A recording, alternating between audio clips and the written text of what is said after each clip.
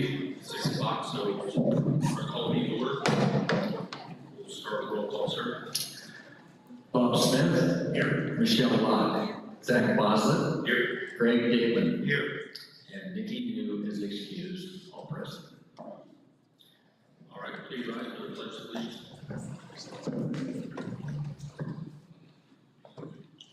Allegiance to the flag of the United States of America and to the republic for which it stands, one nation under God, indivisible, with liberty and justice for all.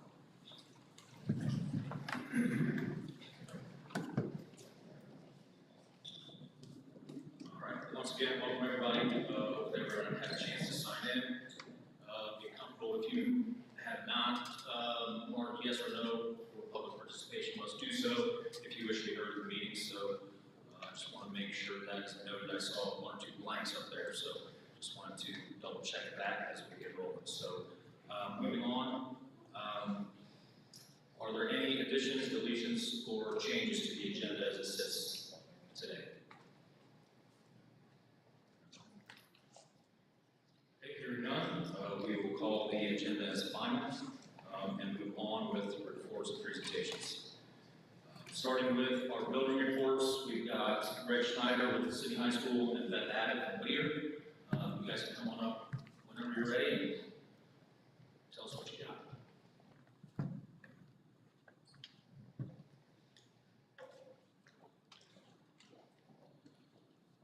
Good evening. First of all, thanks for giving me the opportunity to speak on behalf of the high school. Greg Snyder. I'd like to start off, we're going to kind of combine, I know I'm supposed to give a report on kind of the state of the union of the high school. But beforehand, I was going to do this anyway, so I thought it would be a good time to just go ahead and we'll start with Jared Payne. We're going to recognize, come on up, Jared. Don't be shy. Why don't you stand down there so the board can see you? We're going to recognize a couple of students. In this particular case, our American Legion State test level winners. Jared is only a sophomore. Along with being a great leader and an exemplary student in the school. Also, as an aside, you're probably going to see Jared here in a couple of more months because when we honor our state qualifiers in athletics and things like that, Jared will be back here because this weekend he qualified for the state swimming competition in the 200 IM and the 100 free. So how about that? Round of applause for Jared. But in this case, we're here to honor Jared for he was named a state alternate for the American Legion test. The American Legion test is something that we do every year at Sydney. Tiffany put together some stats that are really interesting. She wants to share them sometime, and I think she has on social media. But since Mr. Bickle's kind of taken over us in the American Legion test, we have had some of the best representation around the entire state. And that certainly continues this year. And we start with, like I said, Jared Payne.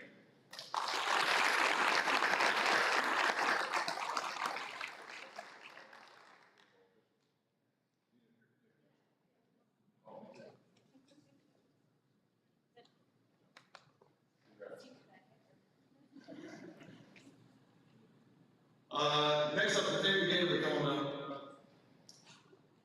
So Nathaniel's a senior, and along with being an American Legion state winner, he's also right now if he can finish strong, he's #1 in the senior class. He's got the highest GPA. He's a fantastic leader. He's very involved in a lot of things in the school, and obviously he's really, really smart, especially when it comes to American Legion type things. So, Nathaniel Gailey.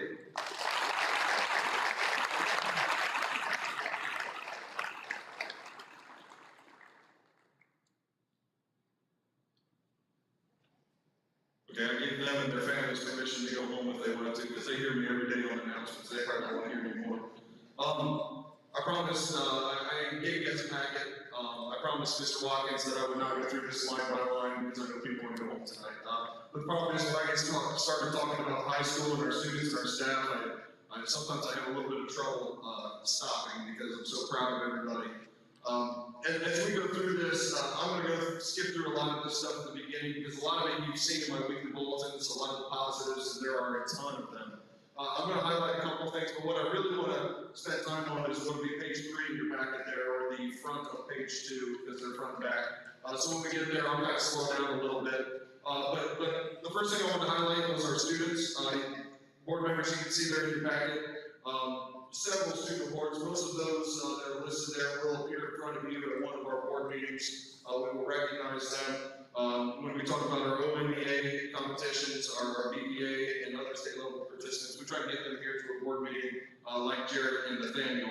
Our music programs are just phenomenal. Our band had the opportunity to partner with the Dallas Brass Band. It's kind of a once-in-a-lifetime opportunity. Our winter concerts in all areas were fantastic, and we have the OMEA competitions coming up starting this weekend, weather permitting. And we really expect our kids to perform at a very high level, and no matter what, we'll be extremely proud of them. Also, our music programs have been extremely involved in the community as well, with the Salvation Army, with Veterans Day, and all kinds of activities. Our extracurriculars, our Jacket Pack is as active as ever. We did a really neat thing this year where we gave them a discounted price for a season pass where they can attend everything at City for only $20, and many students took advantage of that. And as a result, we're getting a lot of students that are coming to our events, which is really neat to see. I've been checking my phone since we've been here. Academia is, they have their last 3 NBL matches tonight. If they win one of those, they clinch a share of the NBL title, the entire NBL. If they win 2 of them, they'll win the NBL title outright. And if they win all 3, obviously they win it outright. And we are short-handed tonight, so I've been a little bit nervous because a couple kids couldn't go. But obviously very proud of Mr. Bengal and the Academia team.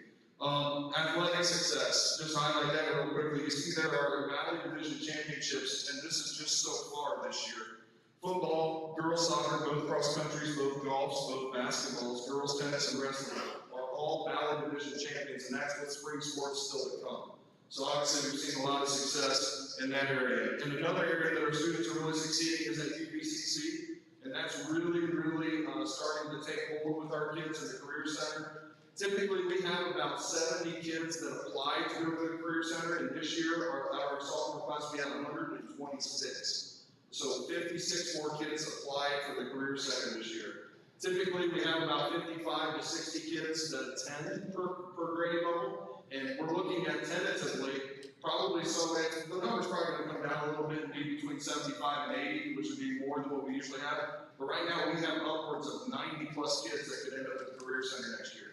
And I think that as we go on to the presentation here, one of the things I want to highlight is that's kind of where education is going for a large portion of our kids. It's not for everybody, but it's certainly learning trades and learning how to get, I'd say, the difference between a job and a career coming out of high school. That's really what we're pushing for a lot of our kids to come out of high school with a career rather than just a quote-unquote job, which is great when you're in high school, but obviously long-term, we want things with benefits, things that are sustainable over time.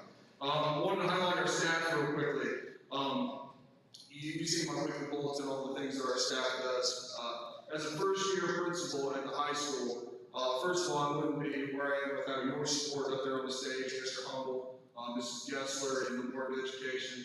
Also, Denny, I think obviously deserves a shout-out for helping me not completely implode in this first year. He's been a phenomenal resource for me. But truthfully, it's the kids and above all the staff that have really carried us this year. They will do absolutely anything. I listened to some of the things that they had to deal with this year, and I'm just so proud of how they just put their head down and they continue to fight day in, day out. I mean, one day we didn't have power at 4:45 a.m., and then we ended up with flooded hallways. We ended up with 5 rooms on carts throughout the building, and we still had school and we still learned something. So, you know, that's our staff in a nutshell. They're willing to do anything for each other, and they're willing to do anything for me, and I really, truly appreciate that. Once again, I'm going to skip through a lot of this, but down at the bottom, one other thing I wanted to highlight was some things we've done from a mental health perspective. Obviously, that's becoming a much more hot topic. We want to make sure that we're doing our best to keep up with the times and support our kids that need help in that area. Our counselors have just been phenomenal, Mrs. McClain, Mr. Beard, and Mrs. Martin, at getting out to classrooms and doing many lessons about well-being, dealing with anxiety, mental health. but also Mrs. McLean put together a really neat program with the counselors. The day before Christmas break, all of our teachers took time out of their day, about halfway through the period, hit them on an announcement, and they read some things about mental health, some statistics, and then our teachers shared with our students how they de-stress, whether it's do a puzzle, whether it's play video games, whatever, and they did that for the last half of the period. So they were kind of giving some of our students some coping mechanisms, which is really, really neat for our students. And that's just one example of some great things that our staff's done, well, always with kids first in mind. Now, where I want to spend a little bit of time here is kind of looking ahead at that next page. I want to talk, first of all, very briefly about the top. I'm going to share with you some documents from our BLT meeting that we just had. Long story short, we had a lengthy and great discussion with our BLT about how education, a lot of times, it's a moving target. Just when we say we want to get 5% better on this test, then they change the test. So as opposed to changing those things, what our group thought would be a little more valuable is we took, every year the state puts out a report that says the 20 school districts that are most like you, economically, from a students with disability standpoint. We took there was kind of a clear cutoff point. There were 11 schools that were very, very similar to us. Pickle being one, Tecumseh, Bell Fountain in the area, and most of the other ones are in the northeastern part of the state.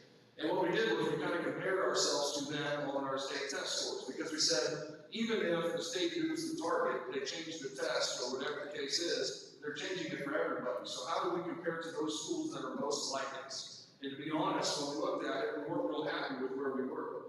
If you look at our scores last year, we were 10th in Algebra 1 out of those 12 schools, and we were 10th in ELA 2 out of those 12 schools. It's something that our teachers are really taking pride in, and they want to move up that list. So that's something that I'm going to share with you that day, so that we can kind of check back as time goes on.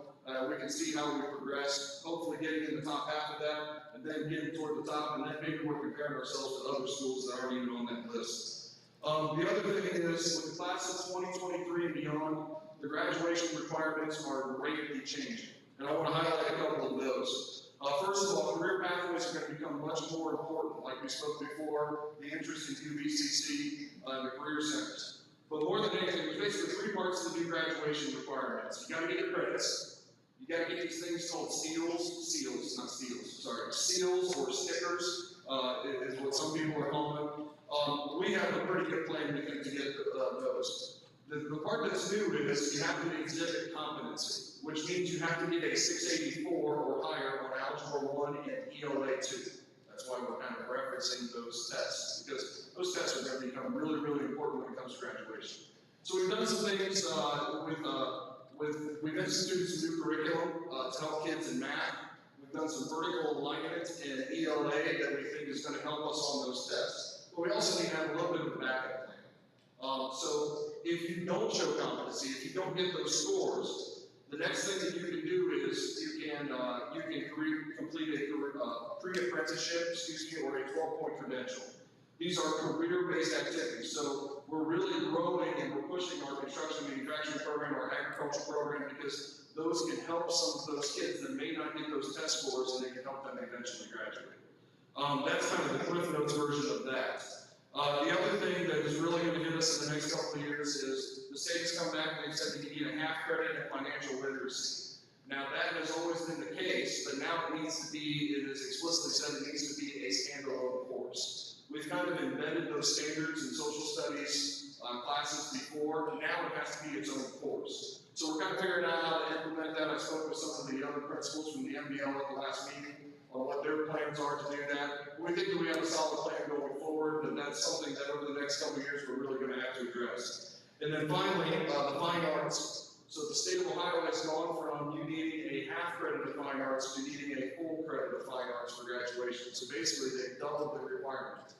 Now for our band, orchestra, choir students, that's not a big deal. They were getting full credits, they were getting 2, 3 credits. But for the kids that aren't in those programs, we have to have some offerings now so that they can still get that year-long now of fine arts, whereas before they only needed a semester. So that is something that I know that there's probably been some discussion about that additional position for some fine arts position at the high school.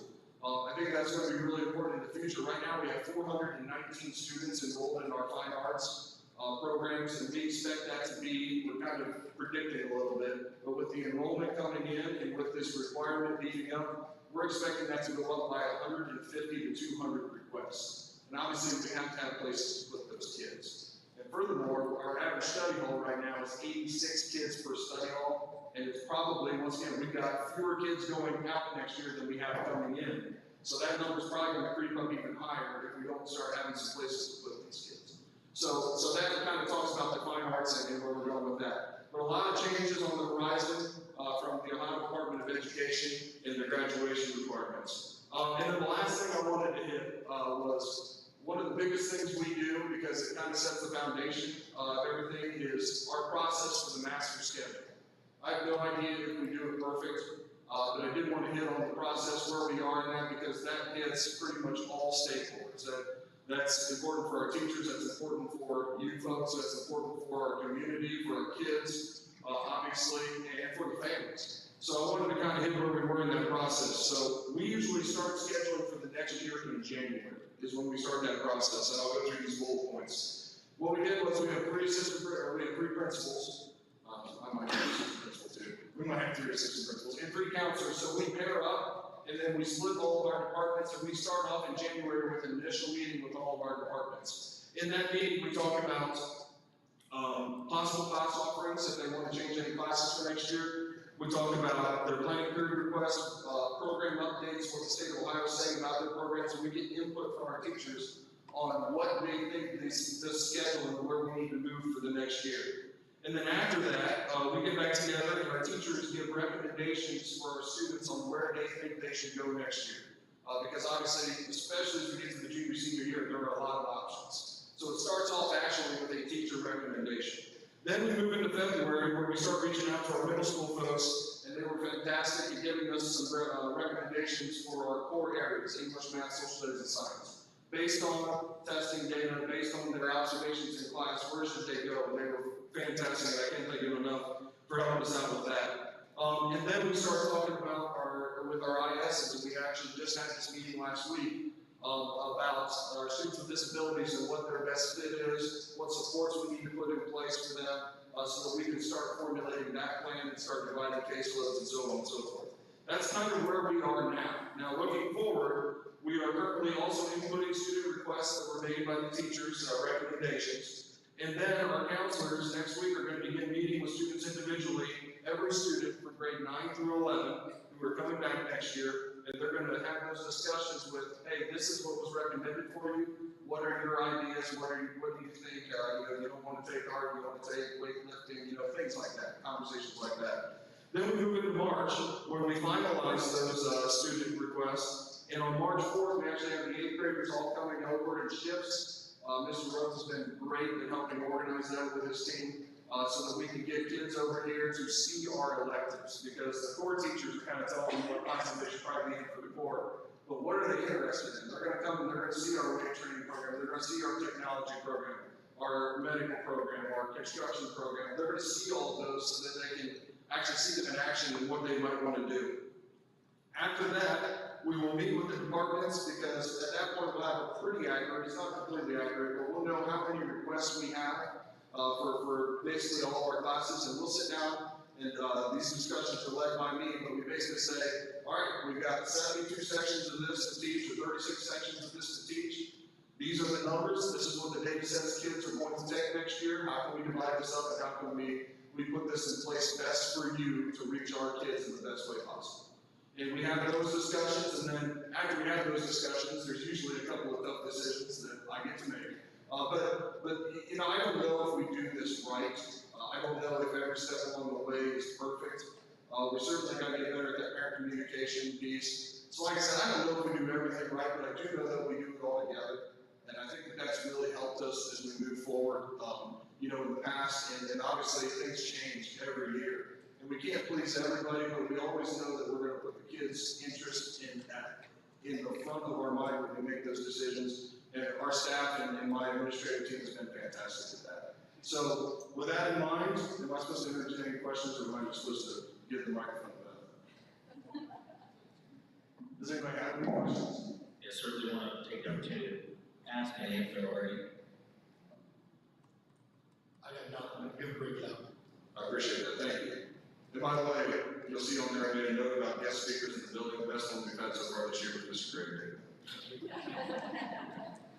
Well, thank you very much for your support, I appreciate it. Beth, you're up. It's kind of fun that you're doing the beginning and the end of the educational career on one night. We're supposed to be kind of doing a review of the exciting things that are happening, and one of the things that struck me is that preschool is a different beast than K-12, and you might not know what that looks like. We're under completely different requirements from the state, and that looks different for our children, the classroom makeup and requirements for the staff. And so I thought I'd just spend some time sharing with you what it looks like, the different components that you might see in preschool than you would in K-12. So the first part is that we have to have our own separate license. It's through ODE, but it also goes in conjunction with Job Community Services. So we have to go under their regulations and ODE's regulations. We have a site visit every year for our licensing, and we have requirements that have to be met with that. The other component is that we are part of Step Up to Quality, which is a state program. A lot of the decisions and requirements of the staff are because of this program. Right now we are 5-star, which is the highest level you can get, which is fantastic. The staff was phenomenal in working hard to put everything in place because there are some above and beyond things that they've had to do. But I want to start with our students. So right now we have 287 students. By the end of the year, we will probably be exceeding 300, and we have a wait list. Each month we add to our numbers due to kids being tested and need to be on IEPs. And then we need to add peers to equal out and balance our ratios between kids on IEPs and our peers. There is a monthly tuition on a sliding fee scale for our peers that come. Kids on IEPs are free, which is dictated by the state. 40% of our students are on IEPs being served with special needs. There are 5 to 8 students in each classroom that have special needs. And so that can look, our support systems in our classrooms look very different when a third to half of your students are on IEPs. Every student, we go back, we don't only just have Whittier that we're serving, but we also do itinerant services. So that is for students who are in a different program. So they might be at Kittyland, the YMCA, a home daycare, where they choose not to or are not able to come to Whittier. And we have, when those are for kids on IEPs, we have to provide services for them, therapy and intervention specialist services. And so we go and meet them in their location, if that's their district environment. And so we not only are serving kids at Whittier, but also within the community. Every student has to have 2 personal goals that are written in conjunction between the parents and teachers. Those are updated once or twice a year, and there has to be documentation on the growth that's happening, and parents have to sign off on that. Another component is every student has to have a transition plan, whether they're transitioning to kindergarten for the next year or they're remaining in preschool. And so that entails a lot of things. Our transition to kindergarten, we get together with our kindergarten staff and principals.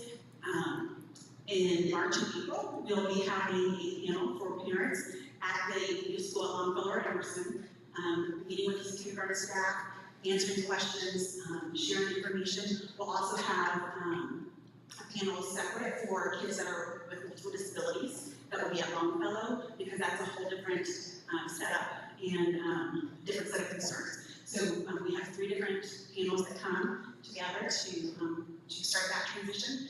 In April, the kindergarten teachers will be coming 1 teacher a day to, we'll already have divided the students in the classrooms that they'll be in, and they will come in and observe their children. They will do a screening for the kids that will be in their classroom, so they'll all met them in advance. We also share their grade cards, work samples, portfolios that we collect. And then in May, the preschool staff and the kindergarten staff get together to talk about specific issues or concerns with each student, ways that they learn best, that kind of thing. And then we go and tour the buildings, and they will be going into the classrooms that will be happening next year, so they get to meet the teacher again, go into that classroom setting, see the classroom they're going to be in and what that looks like, just to help with that transition. Those with special needs that are multiple disability classroom for multiple disabilities or cross-categorical, they'll also go into their classroom and meet that staff too. So the transition down plans for kindergarten can be are monthly, and they started last week with parent-teacher conferences. We also have to do transition IEPs for every student that is on an IEP that is going to kindergarten. We have to update the goals and evaluations to have it flow from preschool to kindergarten so that it's a continuous service of skills and needs. We also have to do transition plans for those that are staying over here. So the teachers have to meet. So what we call maybe our head hitter kids, those that might be more involved. We meet with the next year staff and go over any concerns, behavior plans that we have, things that we've tried that have been successful, ways that they communicate, because a lot of our students are nonverbal. So if they have a specific iPad that they're using or a program, if they're using text, which is a picture exchange program, sign language, however that's going for that student, we show that information at that time. Plus share their portfolios. The next part is that every student each year has to go through a screening process. And so for our new incoming students, we do a full in-person screening. They meet with a speech therapist, occupational therapist, physical therapist, and a teacher to look at all areas of development. We also at that time have a teacher interview the parents to look at social emotional needs and behavior needs. And from there, we determine if we need to do further testing to see if they need to be on an IEP, or if they're right on target, and we can go ahead and place them as a peer. For those returning students, they also have to do an assessment, and this is one that our screening, and we just send those home at the beginning of the year for the families to fill out, and we continue on from that way. For those that are on, we do RTI, so those that are possibly having concerns with speech or articulation issues, the speech therapist will work with them one-on-one or in a small group, and if they need further assessment while they're already in class, and that happens then. We also do monthly screenings for the community as part of Child Find, and then we also work with, earlier mentioned, through the Partnership County Board of DD. And so we have, as kids turn 3, and if they're part of their program, we have to have them assessed when they're 2.5, and in our program by their 3rd birthday. And so we have been trialing this past year, something that's not done. Nobody around has heard of this being done in the state, but we are bringing the kids in when they're 2.5, before their 3rd birthday, usually 2 months before, and sometimes depending on the needs. They come for the full time, full week, and full sessions. They have autism possibly because they need that time to become acclimated to the environment before we begin assessment so we can see their very best. Or they might be 1 or 2 times a week leading up to their 3rd birthday. So we do the assessments in the classroom where they're most comfortable and we're seeing the best, instead of a stranger coming in and testing a kid for 1 hour and then walking away and making the evaluation and the assumption that they need special supports or not. So one of the things that we do that no other programs around here do, that we are bringing them in before the 3rd birthday to get the very best out of them so that we know them as we assess and can write goals that are appropriate for them. Behaviors are also handled differently in preschool. It is the philosophy or the mindset of the staff that preschool age, everybody's working on identifying emotions, self-regulation, socialization, and how to follow directions. And so one of the benefits of being a director or principal at the preschool level is I don't get referrals to the office, I don't get behaviors coming to me. We deal with them in the classroom, in the midst. And so we give them the language that they need. We walk them through calming strategies. The staff is doing this while still teaching, and all these other kids are around, working through that process. We do have, instead of kids coming to me for referral, lots of times I'll get a phone call or holler down the hall saying, hey, can you come down to us? So I'll do observations with behavior 2. We work through it. The staff is phenomenal and has done a great job working through some behaviors that you think of temper tantrums, 3-year-olds, and then some for some of those kids with more involved needs of spitting and pinching and biting, and the ones that have nonverbal ways to communicate, we're dealing with that in the midst of everything. And so the staff has done a great job working through that, giving them words of ways to communicate. Our preschoolers also have state standards that we have to follow. They're actually being revised right now and will be implemented probably by May, be approved, and will start for the next school year. We do have state assessments that we have to do twice a year. Again, it looks different than it does school age. It's not computer-based, it's not paper pencil, it's play-based. We have over 70 standards for each student that we have to evaluate on and have documentation through data or work samples or video of them completing the different standards and different skills that they have to do on this assessment. The state comes in and asks for our evidence, and we have to be able to produce the evidence of each child being evaluated in different ways in a play-based setting. So that can be tricky sometimes. It's so much easier to do like flashcards and get them to tell you what they know, but trying to do that in a play-based setting can be challenging. But the teachers do a great job with that. The next area I want to talk about is the staff. And again, I have not worked with a staff that has been so positive and willing to embrace what needs to be done, even though it means that they have extra work to do, extra expectations that other staff might not have to do. It can be very hard not to do comparisons and get better, and they do a great job of staying focused on what's best for children and meeting those needs. And so something, just some background is we do have 10 classrooms. 6 are integrated classrooms, which might be considered special education classrooms. They have 8 children with special needs and 8 children that are typically developing. And then we have 4 general education classrooms. That means that they have 5 children on an IEP or with special needs, and then 11 children that are typically developing. Our 6 integrated teachers have dual certification in general education, so pre-K 3, but then they also have either their early childhood special education endorsement, or they have a pre-K 3 special education intervention specialist license. So 6 of our teachers are dual, at least 6 of our teachers are dual certified, and that's how they can lead those classrooms. We also have 3 intervention specialists to work with the general education classrooms, and are the ones that go into the community. Every classroom has 1 to 2 assistants.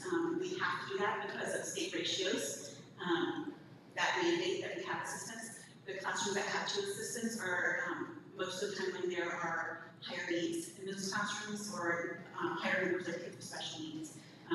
It's not quite that way right now just because of the difficulty finding assistants, but every classroom has at least 1 assistant and some have 2.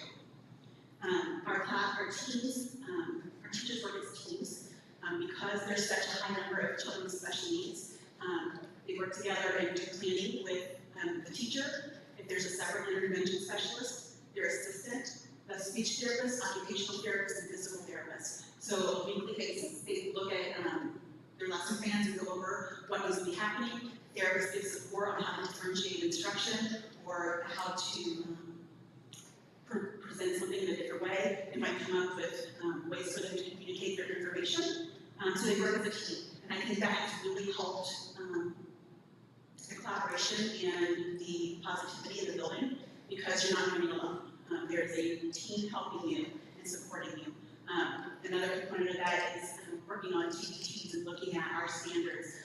As preschool, we've just started working on TPTs. And so coming together and sharing ideas of how to work on different skill sets is beneficial. Another part is that each year the teachers have to do a self-assessment, a classroom self-assessment on classroom environment and instruction. And so it's a standardized assessment that they have to give themselves that we have to purchase.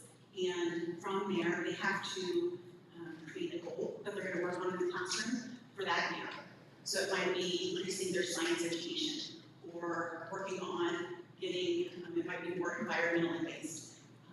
So they have to come up with a goal that they're working on, and we then check it mid-year and at the end of the year to make sure that they're making progress on that. Another thing that the teachers have to do, besides having their OTES professional growth plan goal, they also have to come up with 3 other goals that are required by the state. And so not only are they doing professional development or professional growth plan goals, and not only are they doing classroom environment goals, but then they have to have 3 goals that the state sets up that they have to follow. So they have goals on what they want to get out of their professional development. They have to have a goal based on their previous evaluation done by me. And then they also have to have a classroom goal that they're creating. All of this is, again, checked by the state.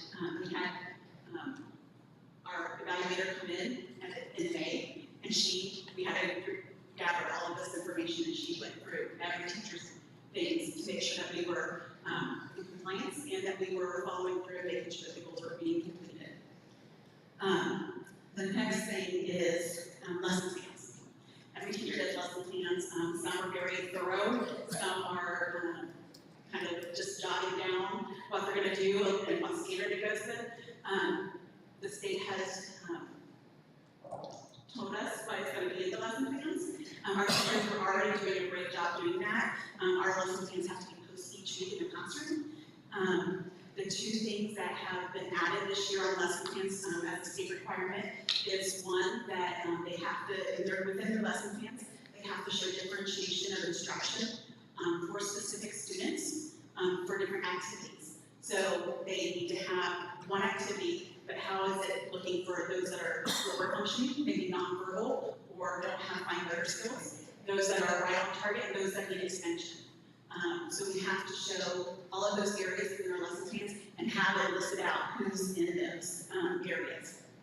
And the teachers know and are working on scissor skills they might be high in one area, and rhyming might be very low. And so it doesn't mean that they're always grouped in that area or that level. It's depending on the skill set, and that's how they're developed, or that's how they're divided. The other part that is different, as a teacher, I did this. I think teachers do it all the time, is as they're teaching, they reflect on their teaching. Think, okay, the student needs to go into a different group, this student needed help in this, I want to, next time I do this lesson, I want to tweak it this way.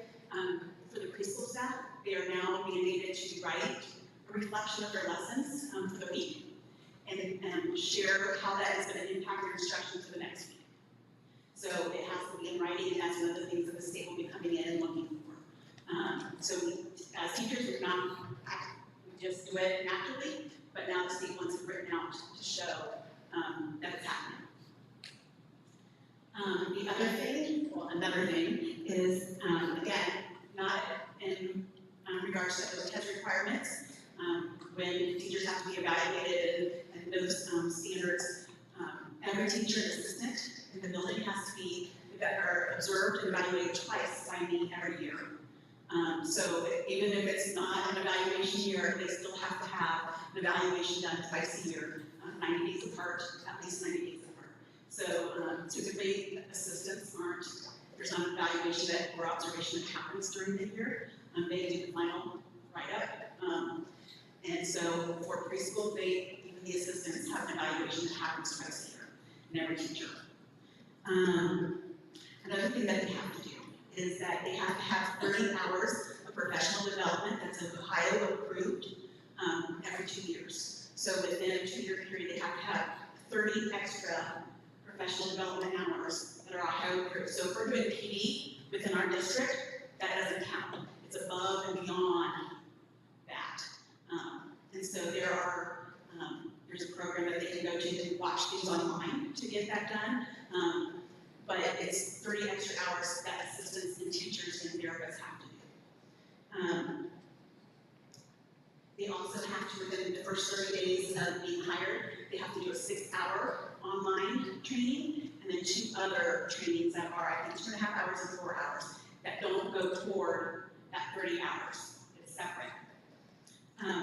There are also some other requirements that have happened. They have to have a medical or a physical done and have medical write-off saying that they are physically able to work in a preschool program. Every staff member has to be first aid certified, and we have to have at least one certified at all times in the building for CPR, child abuse, and communicable diseases. And then this is one that I'll admit right now that we're going to be out of compliance on, is that the substitute teachers that we have and aides for assistants have to also have a medical or physical done and written off by the doctor that they can be in our program sub. They also have to have non-conviction clause signed. They have to be first aid certified, and they also have to do that first initial 6-hour training online. So this is all that they have to have completed before they can come and sub. So the problem that puts on us as a school is that we can have, why would people want to sub at Whittier when they have to have all that stuff done in advance, when they can just go to a school-age program and not have to have that done. So that's one of those things that we're working on. It's a new regulation that was just put on by the state, and so we're working through that. We are not in compliance right now. First of all, we rarely have subs. With the subs that we do have, we haven't made that a requirement yet. I think they're non-conviction clause, but we have not done anything else yet. We'll be looking at that for the fall. But it's so hard to get subs in the first place, so put other band-aids on makes it really tricky. And then the last part is our community and family engagement. And so one of the things that I do with my ELT or Step Up to Quality Committee is that we do a school-wide, we have to do a yearly school-wide assessment. Just like they do with the classroom, we have to do the self-assessment for the classroom, we have to do that for the building. And again, it's a already a prescribed document that we have to use, that we have to go through to do a self-assessment. And from that, we have to create 6 goals. 2 are directly from that assessment that we do. I have to have a parent survey that goes out every year, and so from that parent survey, I have to create a family or parent goal. I also have to do a staff survey every year, and so create a staff goal coming from the staff of what they want to see. I have to take from their evaluations for the previous year and create a goal that will target what the majority of staff need to target and implement. And then we have to have a goal on how we're doing community engagement and how we're being involved with the community. We do have to have parent engagement, community engagement, and we also have to do 1 parent training every year. So this year, this is the fun part. Now we're done with the boring stuff. This is the fun part. So we went to Crossway Farms in October, invited the families to come. We had 75% participate. We did have, because we didn't have bus drivers, we did have to cancel 1 day of being able to go on the trip. And so it would have looked different, the numbers would look different, hadn't been able to go on that day too. But sickness dictated no available bus drivers. In December, we did Winter Wonderland. We had 97% parent involvement during the day. Phenomenal. So what happened is we had a time where kids were on stage singing some Christmas songs. We had time where they could be with their families and do a couple crafts. We had them decorate cookies and have cookies and milk while the story was read. And then we sent home with every student a book with activities, hot chocolate, and things like that they could do over Christmas break. And so we were just blown away that 97% of the families came. That was fantastic. 2 weeks ago, we had Literacy Night as part of Right Trade Week. This is our first Literacy Night that we've had. We did this in conjunction with our parent training. We had April from Davis Library come, and she worked with parents and did 1 part. We had 6 different sections that they could go to. They had a clip that they could go and get targeted, that they went to that area. They did crafts, they did acting out. We had a sensory room built, all based on the story of going on Bearment. And so we had 198 people come to that. This summer, or not this summer, in May, we're going to have a Friday. We're going to have another parent engagement activity that we're working on. It'll it'll be during the school day, but it will not be a student school day. It'll be on Friday when we don't have students, and so families can come during the day and participate in that. In March, DNS construction is going to come. Our curriculum that month is based on buildings and construction, and so they're going to bring their big guys to come and have all their tools and machines there that the kids can explore. We're going to come in and talk about what construction looks like. In May, we're going to have senior high school athletes come, and again, this is in conjunction with the curriculum for that month, and a station set up where the kids go and experiment and be introduced to different sports. And then we also have graduation coming up, which is like, not everybody's a fan of graduation for preschool. Sometimes it's a high school thing, but we want to celebrate what they're doing, and so families love it. This year, because we don't have the COVID restrictions, we're actually going to be at the high school on May 24th in the evening. We have around 120 students graduating from us this year, and we're just really looking forward to that. We have, I didn't check to see how many we have come back, close to 100 students will be returning, which leaves us close to 200 that we can add again. I think you guys have been in discussion about adding possibly another classroom to our day, and with our wait list, I think that will fill up quickly.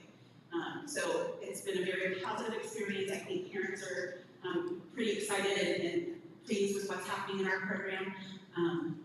So I love what we're doing. Great kids, great staff. So any questions for me? Great, thank you. Thank you very much. Great job. Leave it up here.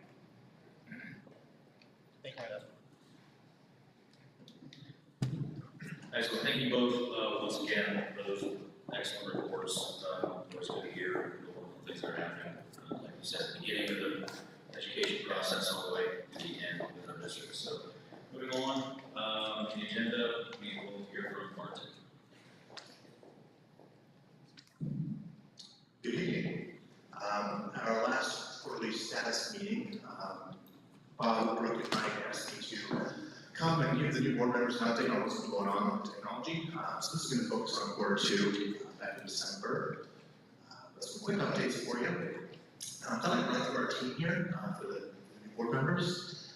We've got myself, Trent Francis, as the EdTech leader. I manage the team here on the site.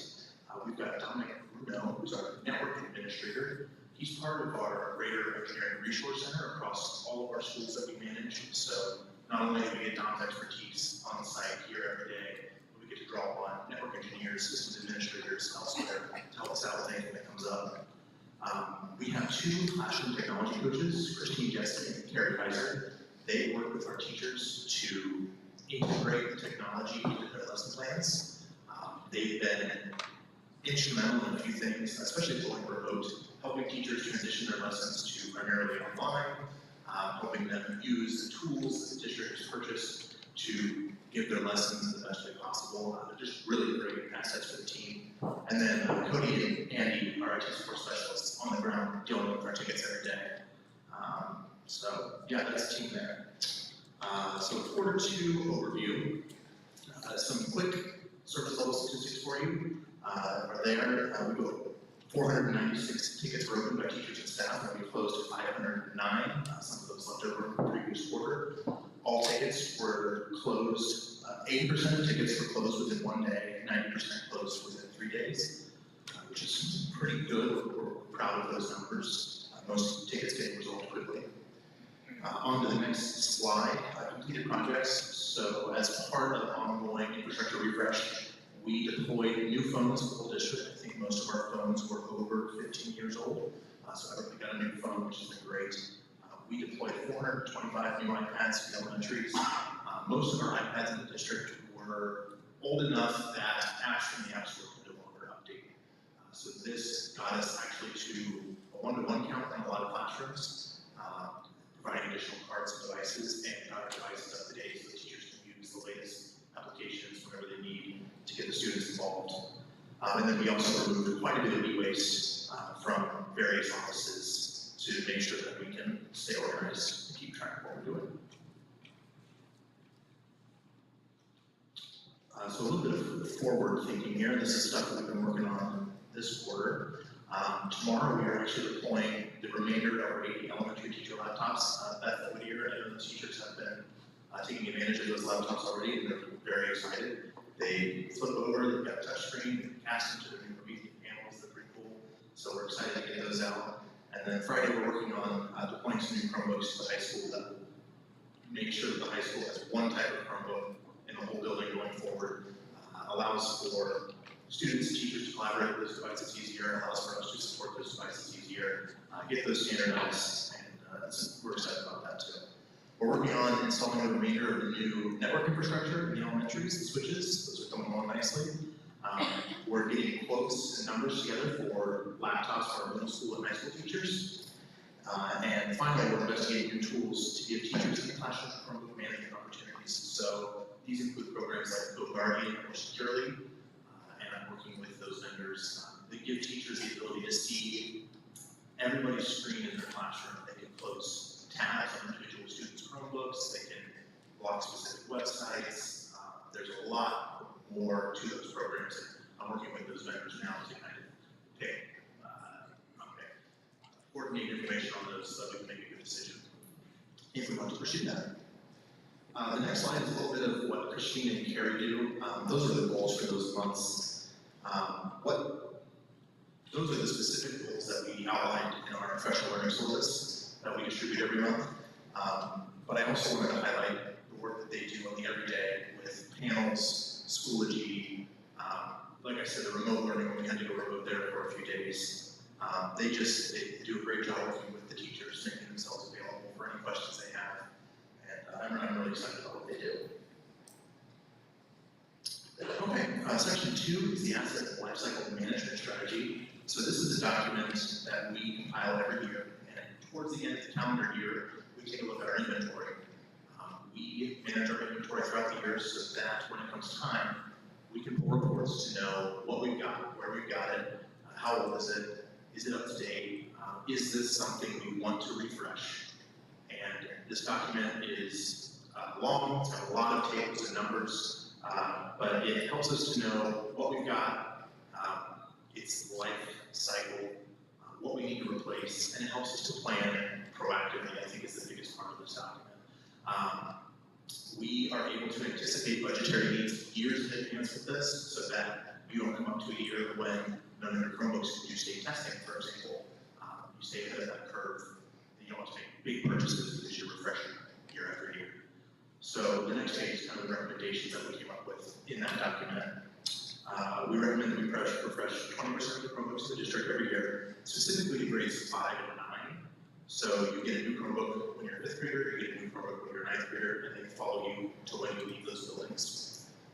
Older devices, when they leave those buildings, will get recycled into the elementaries where they have all their devices in carts, and those cart devices don't need the extended battery life that a brand new device would need. They're still up to date, they're still new enough to do the state testing, but they can stay on the cart, they don't get beat up with the day-to-day use. Like I mentioned earlier, we mentioned the teacher laptops for middle school and high school. They're running on desktops right now that are old, many needing small upgrades to be able to perform all the tasks that we're requiring teachers to with Schoology and whatnot. So we're recommending those laptops. And then finally, using E-rate funding to rewire the high school, like we did with the elementaries. And we actually walked through the high school today to get some concrete numbers on the number of course, 8 access points and whatnot. And that's all I've got. Are there any questions? Actually, I have 2. Yeah.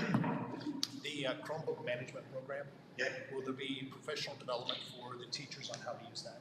Yeah, definitely something that we're working with whenever we recommend a vendor, I guess. We will probably do something similar to when the panels came with train-the-trainer environment where they come in, they train us on it, and then we can prepare documentation, lessons, in-person learning, whatever is needed to get teachers up to staff. Okay. And based on these numbers, a Chromebook has a 4 or 5 year life. Correct. Thank you. Anybody else? Thank you. Thank you.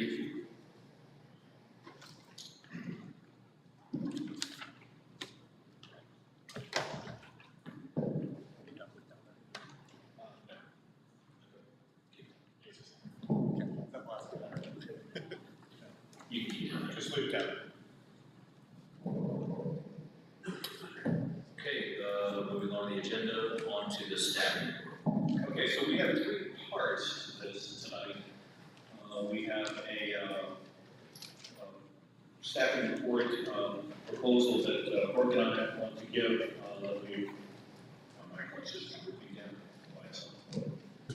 That Morgan and I want to talk about as far as looking at proposals for next year. We also have Josh Rhodes who's going to speak to the middle school, and then I'm going to speak to the middle school proposal that was emailed to us late last night, early this morning. Okay, so Brooke, you want to come down? I'll give you a copy of that report. And for those of you in the audience, when I talk about the my middle school information, there's a spreadsheet down here on the stage, and I want to come out and get some copies of that when we get to that. And I'll have yours for you when we get to that as well. So some of the staffing needs that we've talked about, we've met and kind of gone over, is some needs that we feel like that we need to see next year. And we'll start with preschool. Beth already kind of mentioned that we have a need for an additional preschool teacher because our waiting list is so long. And our IEP student needs are starting to creep up. So we, again, by law, we have to serve those IEP students.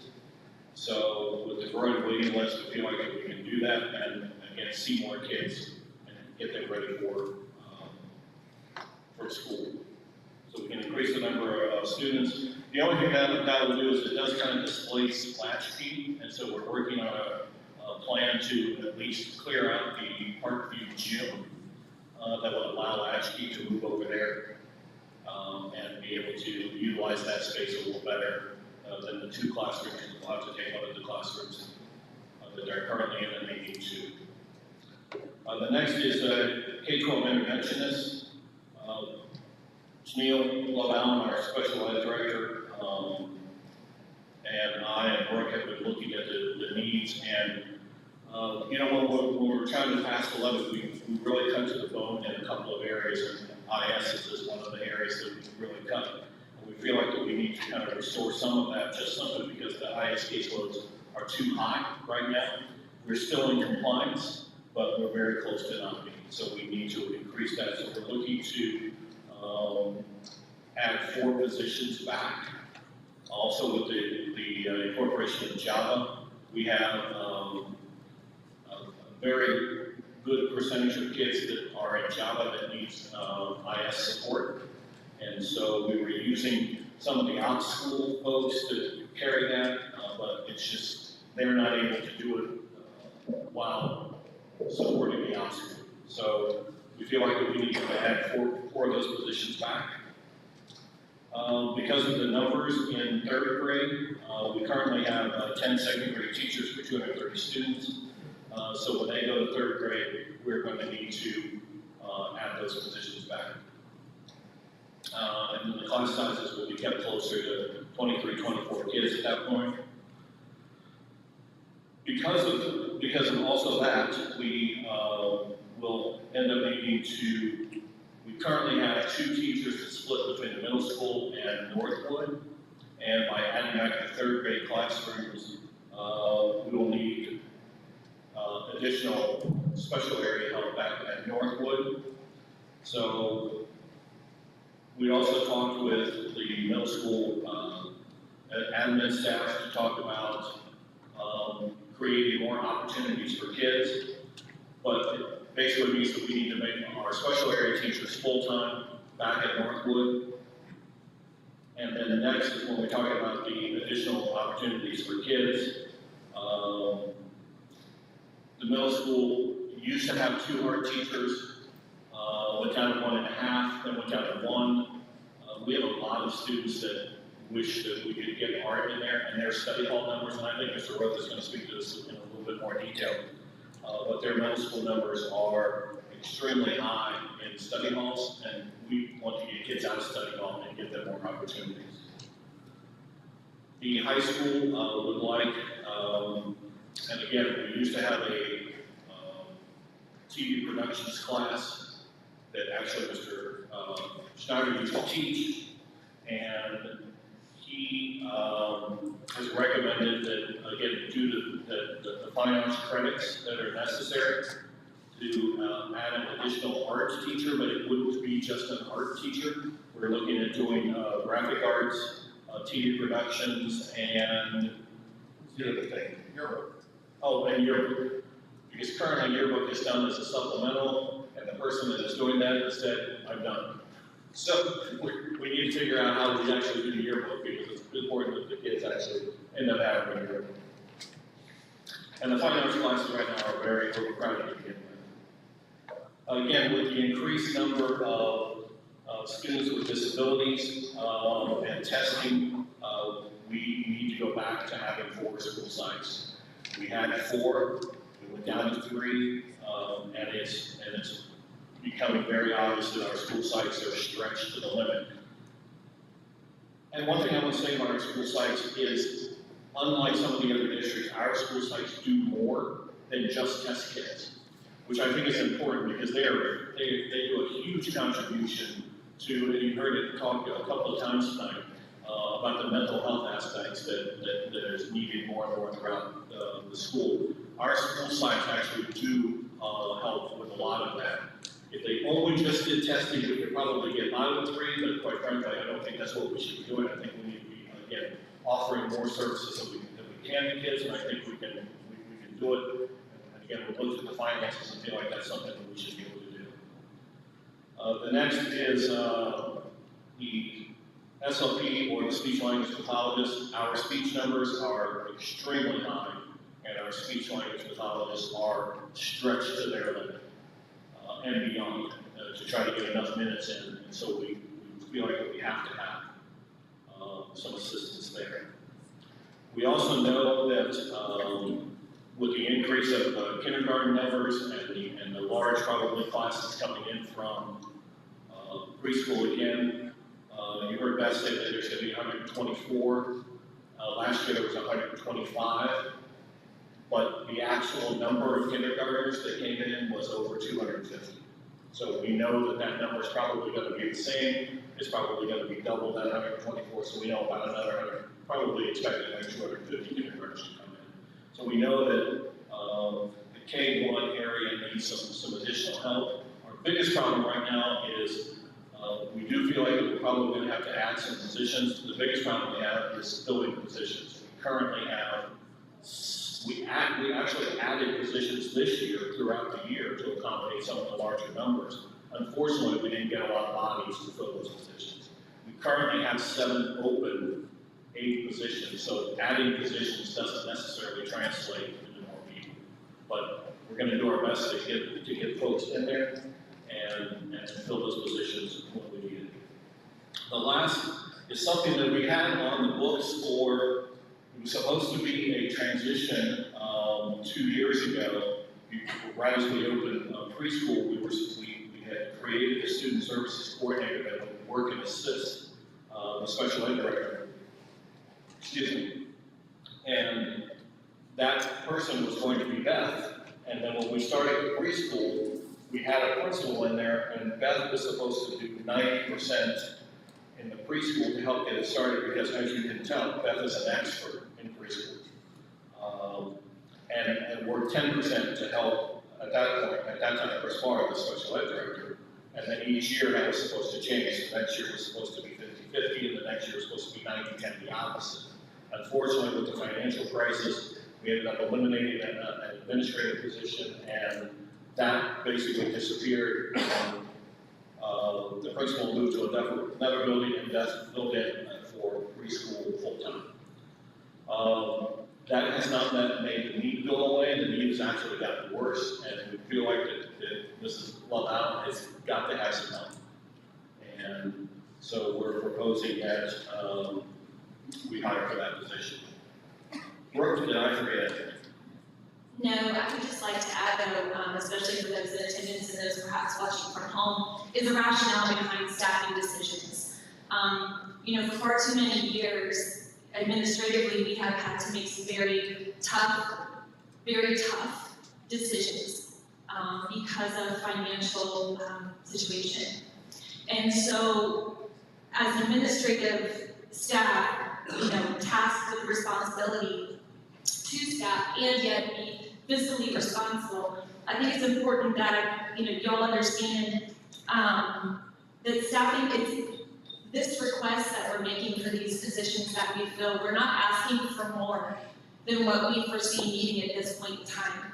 Because we're trying to learn from the past, so as not to make the same mistakes where we consistently add staff, and we have an enrollment that is not increasing. We have a lot of small class sizes coming in. This current 4th grade class is a class of 210 students. The next biggest class that we will see come through our district is this current year's kindergarten class of 251. So the days of having class sizes of 289, 278, we're not seeing those given the data that we have before us. And so we use data and we use visions that buildings have to drive staffing decisions because again, we've had tough losses of folks in the past when we've had to reduce, and we don't want to make that same mistake again. So again, I think it's important that we just lay a foundation for the why behind the what when posing or asking for positions to be filled and posting. I have a question, mainly regarding the K-1 paraprofessionals. The 7 open currently, a challenge in filling those, as you said. Hopefully we get some quality candidates. Do we have a number, it's a little bit open-ended on what maybe we want or what we can do to fill the need in terms of putting the right number of people in place there. So on that particular line item, was there a number of people in this particular plan that we were looking at adding to that 7 that are currently open? Yeah,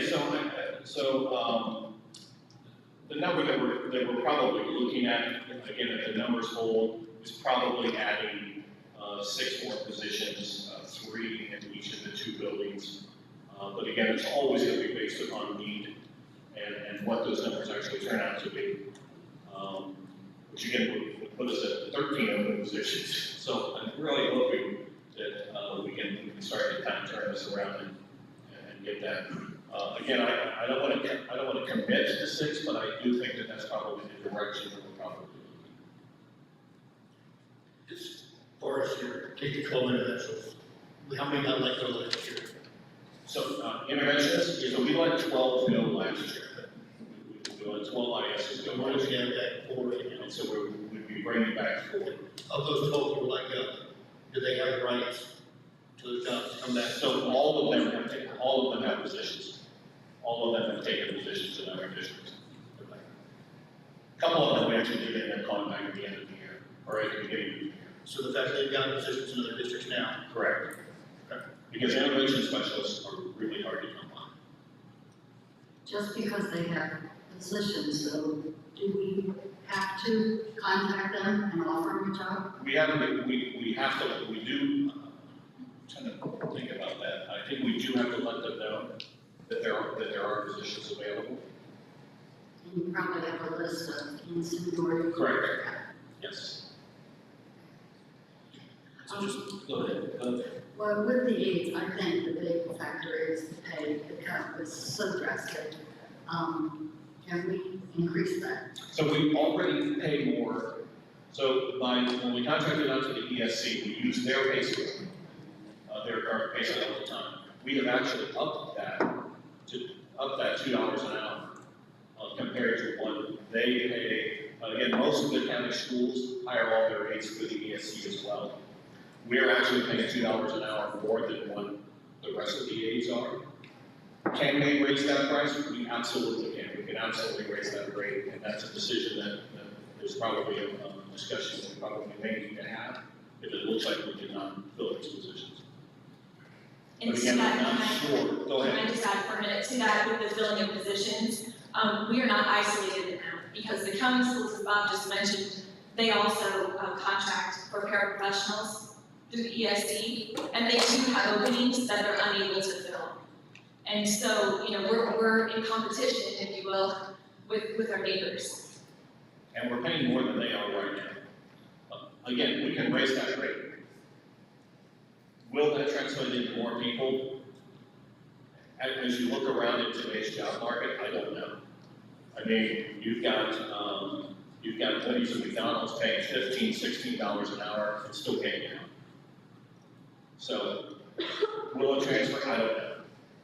Keep in mind, if we raise rates, then everyone who's currently with us also gets a raise, as they should if we're gonna raise the rate. And again, I believe that's a discussion we probably should have. I'm not sure right now it's the time for it, but I think that's something that we should consider. Well, if someone, didn't need the insurance, couldn't they get a bump in pay too? I'm not sure that we can, I don't think in the current structure we can do that. Because you're talking about creating divisions within groups of employees, and I'm not sure that's even legal. But I'd have to check on that, something we can check.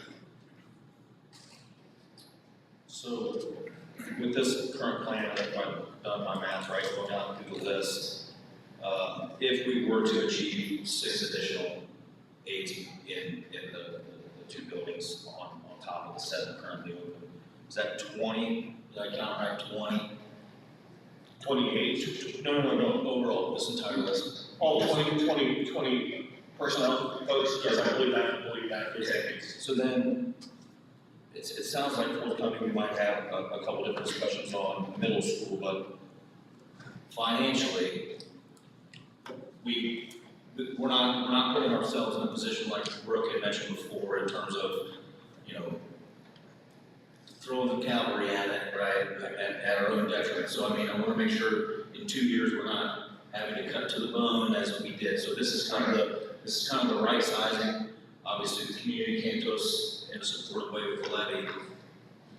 You know, we've had some discussions, you know, when we discuss this as a whole, I just want to ask the question in terms of how does it look on the spreadsheet? You know, for a position now, with the changes we're seeing that are needed, we'll be fine, you know. That's part of also why we have those additional discussions on any raises in current staffing.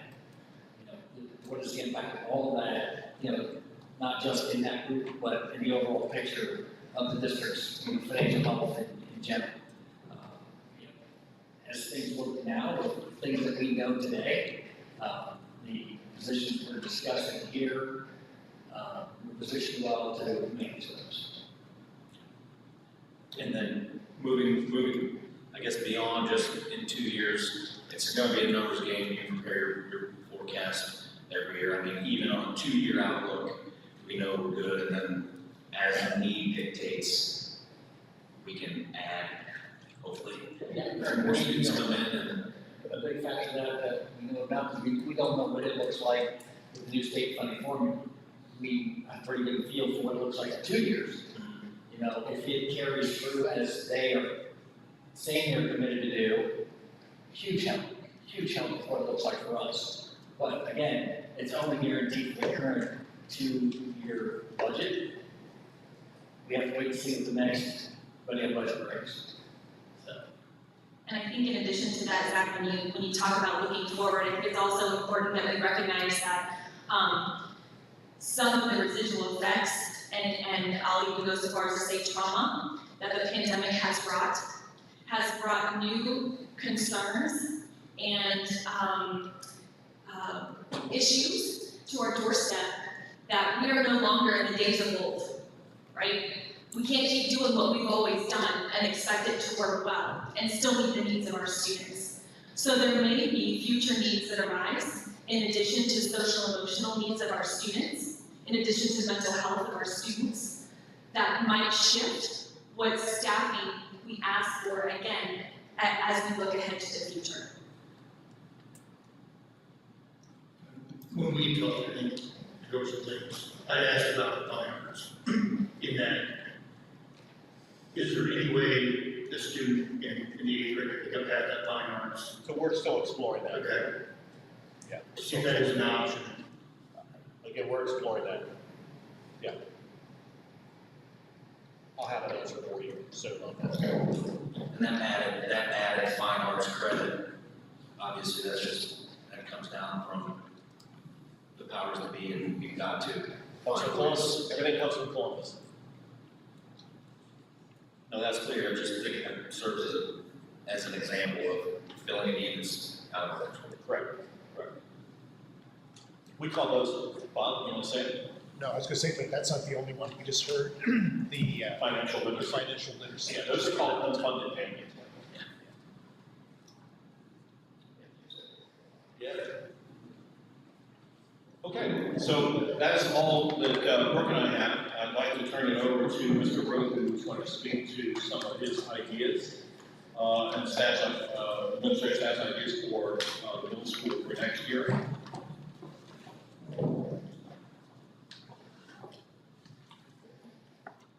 Well, good evening again. I'm Josh Roth, the City Middle School Principal.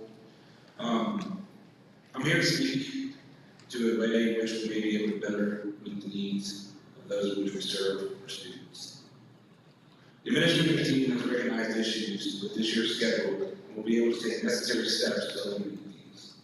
The goal through the plan is to provide students with as many learning opportunities and experiences as possible, preparing them for the next step in their education journey. We're looking to create a master schedule to address those needs. As an administrative team, we must use the data provided, as well as the correction we have been given for the middle school. Enrollment numbers allow student-to-teacher ratio, allow us to determine the best way to control class sizes, making them manageable with an appropriate student-to-teacher ratio. By adding an art teacher and 2 elective teachers, it is not only going to reduce class sizes, which will happen over the course of the future years due to a reduction in the grade level enrollment. It will also create equitable access for all learners going through the middle school. The addition of an art teacher will allow us to address an area of student interest. When scheduling students, we must take into consideration that many students have interests that we fail to meet currently. Art is a popular course, and many students want to take it, but we only have 1 art teacher for the whole middle school. Our middle school currently has 938 students enrolled. By not providing this equitability to all students, we may be missing out on sparking the interest of the next grade graphic designer, architect, fashion designer, or just simply addressing the kid's passion to drawing painting. Our STEAM program is currently only offered to 5th grade for 2 class periods and is only for 1 quarter. With a focus across the nation for science, technology, engineering, and mathematics, we are not keeping up with the ever-changing world. With the direction of adding a STEM full-time next year, it will allow us to expand the STEM program to all grades 5th grade, providing more of an opportunity for students in creating well-rounded learners. Additionally, the middle school will be able to take the next steps by doing this, we'll be able to take steps to apply to become a certified STEM school.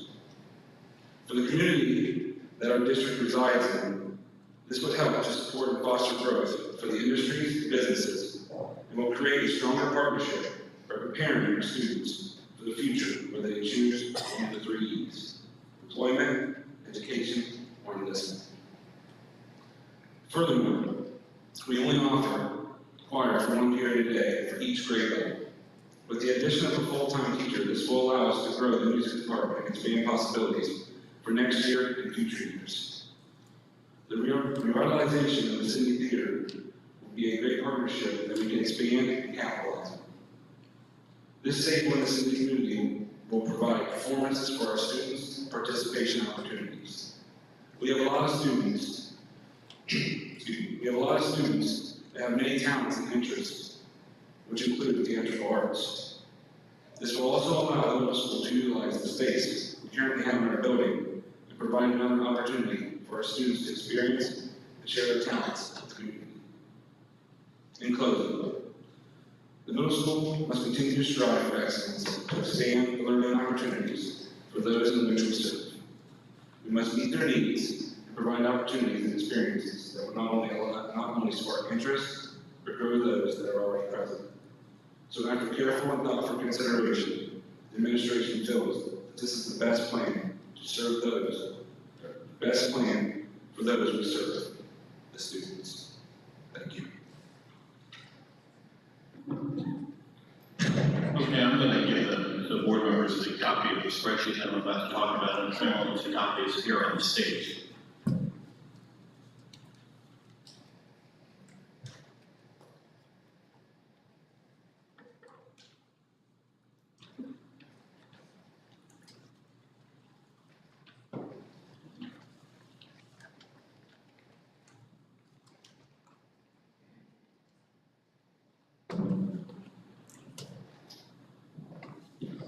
So, as we've already talked about the proposed staffing plan, and Mr. Roth has presented his ideas for middle school, I'd like to talk about the letter that Mr. Turner, Mrs. Martin, Mrs. Huffman, Mrs. Stewart, and some other middle school staff members sent to you, and we late last night or this morning. Mr. Turner and his group's plan hinges on adding 3.5 core area teachers. Even though if you look at the spreadsheet as I go through it, the middle school currently is down 16% in enrollment over this year and proposed for next year. Although Mr. Roth just said 930 some students, actually, when you take out the Java kids who shows up in Power School, they're not actually in the building. But I'll get to that when we talk about the spreadsheet. So, when we look at that, we need to understand that when we're down 15%, we're down 50% of what I call customers/producers, or products, or what we call students. So the students are both customers, and also what we produce, that's what we do. And I realize that a school district is not a regular business, but we do need to run business-like. So adding core teachers only, while overall customer/students decline, in my opinion, because I actually have spent 9 years in the private service sector,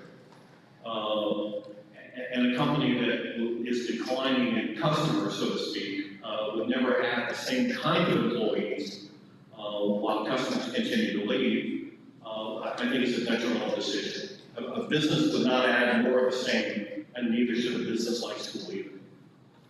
What a business would do is either cut staff entirely and hope business bounces back, or change and/or increase the services or quality in the products meeting our kids, so that they might generate an overall better experience for the customers and our kids. And in the previous staffing plan that Brooke and I talked about, we talked about adding some additional special area teachers, and Mr. Rowe spoke about that too, was to give the middle school the opportunity, the middle school kids actually have an opportunity to have more educational opportunities. But, and utilizing the core staff better while adding a better experience, better opportunities, and keeping kids more engaged rather than sitting in the study hall. We have a lot of kids in middle school currently sitting in the study hall because we have no place else for them to go. So, we're going to go into Mr. Turner and his group's plan, and I think that their group would want to be equitable across the district.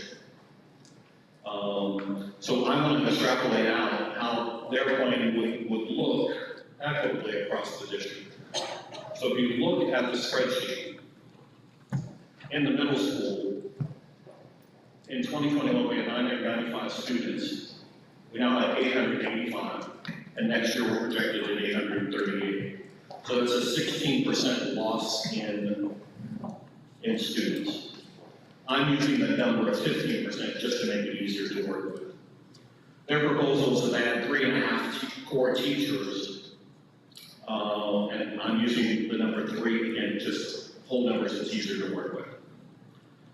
If we would be equitable across the district to do this, which again, I think that everyone would want to be, if we, looking at the high school is down 9%, so again, I'm using 10%. If we were gonna give the middle school 3 teachers, then equitably, we should give the high school 4 more additional core teachers. Northwood, that number changes kind of drastically because of their increase. They're actually going up 5%. So they would get the 3, and then the 3 again, and then 1 more because they're up 5%, for 5% for each teacher.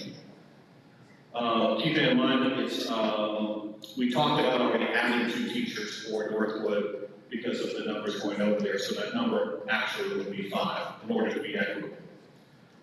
Emerson is going up 5%, so equitably, they should get 7 more core teachers.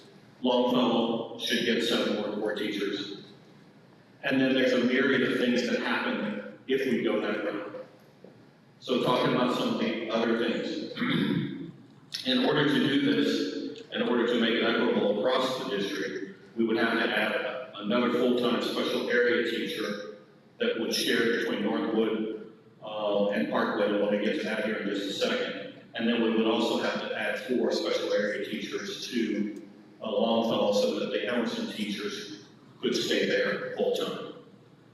Because of all of the additional staff, we would need administrators that are going to have to evaluate these folks, because teachers all have to be evaluated. And right now, it's a stretch to get all the evaluations done right now. So that would be an addition of 2 more administrative positions. Because of the number of classrooms that would be needed by adding all of these extra positions, we would actually open up Parkwood again to actual classrooms, where there's currently 8 in that building. So we would have to move 8 of something over there, which would require a secretary, 2 custodians, and an SRO. Also, by adding all of these positions, the special area teachers in both Longfellow and Emerson would all have to go on carts, and also Parkwood, if they were Parkwood, would all have to go on carts because there'd be no rooms for them to be able to use. So, and we already talked about Latchkey. Latchkey's already going to be using that gym. Again, if we would follow this proposal and be equitable across the district, I'm not sure where Latchkey's even going to go yet. So, looking at numbers, the minimum cost of being equitable across the district for what the middle school is proposing, the middle school staff is proposing, a minimum is going to be an additional $2,024,253. And then the maximum, and that minimum is folks coming in at the very lowest level, not taking insurance, correct? Not taking insurance. And then the maximum that this would be is $3,544,996. I don't think that's a viable plan. Again, if we're going to talk about being equitable across the district, I don't think that's a viable plan. Technically, with the additional loss of 50 more students compared to this year to next year from the middle school, the 2 teachers that we need to add at Northwood probably should actually come from there. But I don't feel that's the right thing to do as we try to not disrupt the staff at the middle school any further than we really need to. Make sure I talk about everything. Yeah.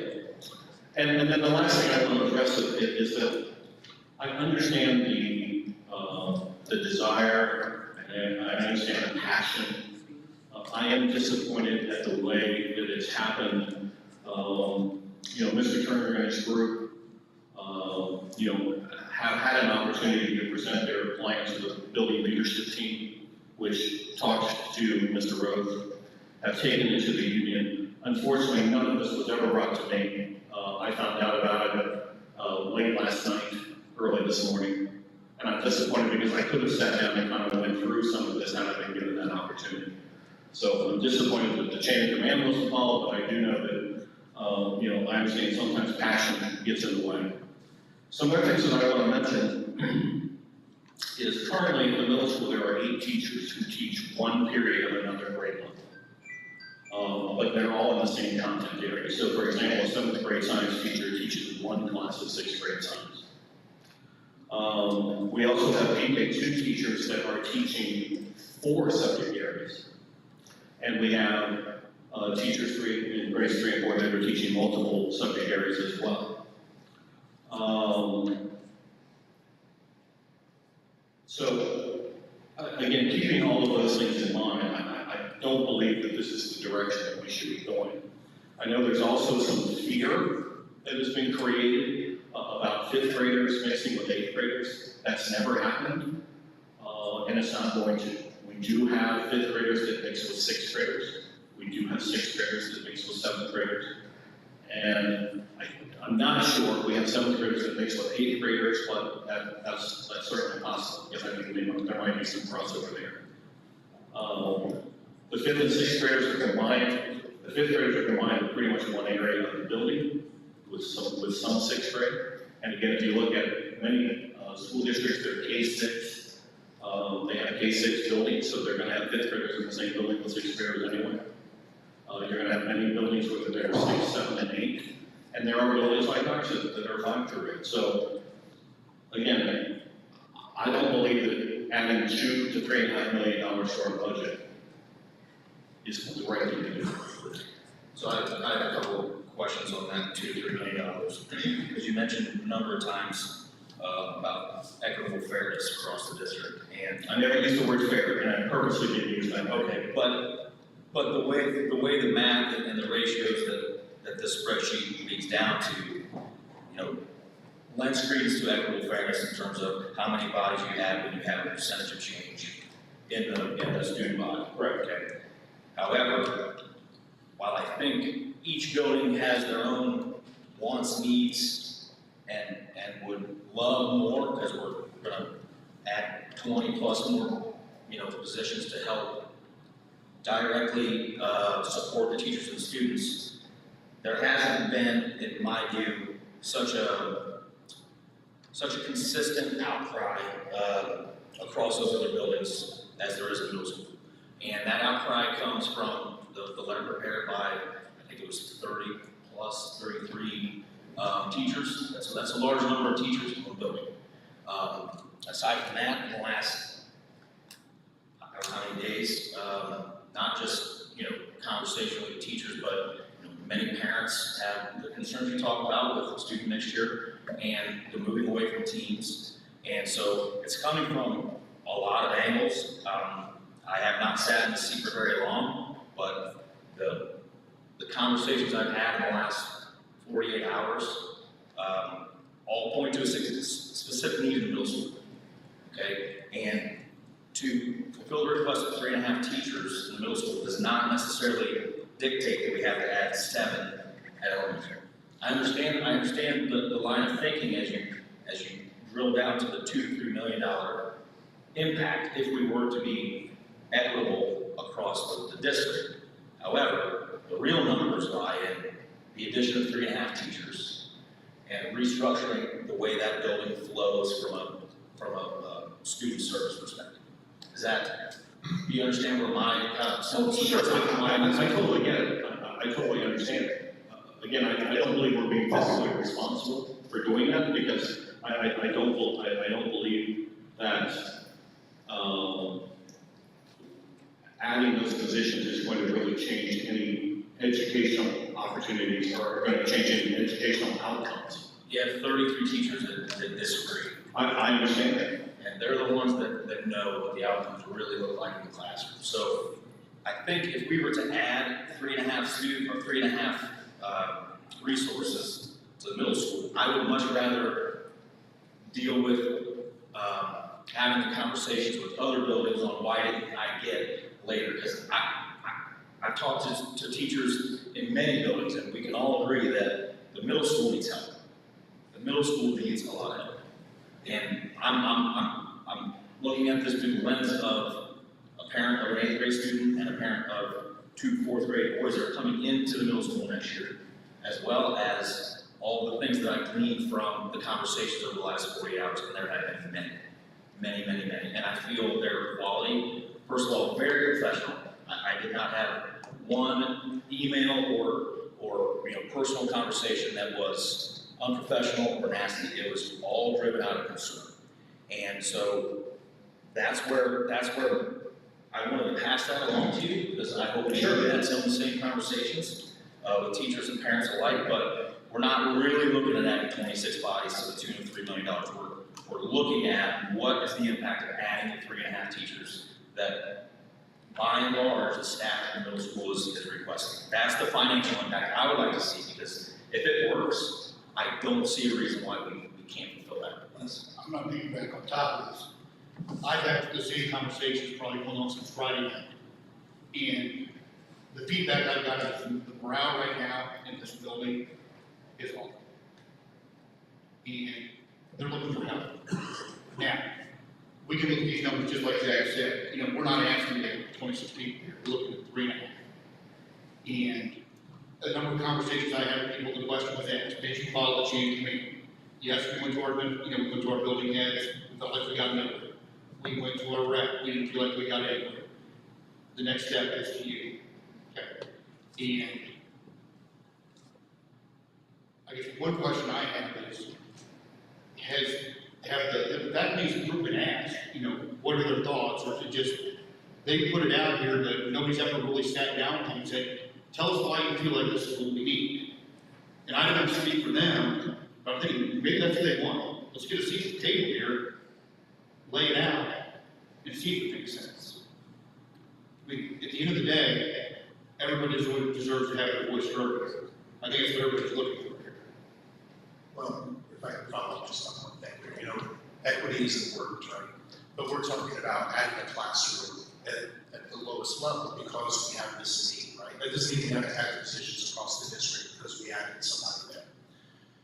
And, in my line of business, I'm a computer guy, right? Try to solve problems with computers. One of the things that we're always taught, don't look at the request, really look at the request, right? And that root cause analysis. I don't think the request is really for 3 new teachers at the middle school. I think the request was to be able to go back to the teams teaching. Now, the implication was it would take 3 teachers to do that. But I think if there were another way of accomplishing that, maybe it is 3 teachers, right? But I think that was the real need. So it sounded to me, based on the email, that the staff had identified this need, and they were offering a solution. But maybe that isn't the right one. If we can fill that need in the middle school the same way we fill the need at the lowest level, I think that's what you were saying, Zach. It's not really about equity. A numbers guy, you give me a spreadsheet, I'm normally happy with it, right? But I think in this case, the middle school is different, right? So our elementary, those are children, right? And our high school, those are young adults. But this is a rough time in the middle as they're making that transition from being children to young adults. And I think there are some different things here. And if it requires a structure that's different, we have the high school works amazingly well, I think, right? I went through that, where it's you pick your classes and move around and stuff. But if it takes a different structure in the middle school to address those needs, and it's something that we could accomplish, while we don't have unlimited funds, kind of like in our conversations, we need to spend our funds where they bring the most good to the school district. So I think the need that was identified was, can we do something with the way that we are delivering education in the middle school? And if that takes 3 teachers, like Zach and Greg said, then maybe we just do the 3 teachers. But if there's another way of accomplishing that same goal, I think that was the need. Okay. Okay, that's all I have. Thank you.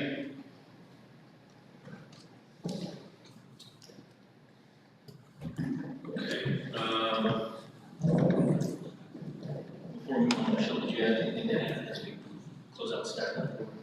You don't want to add that.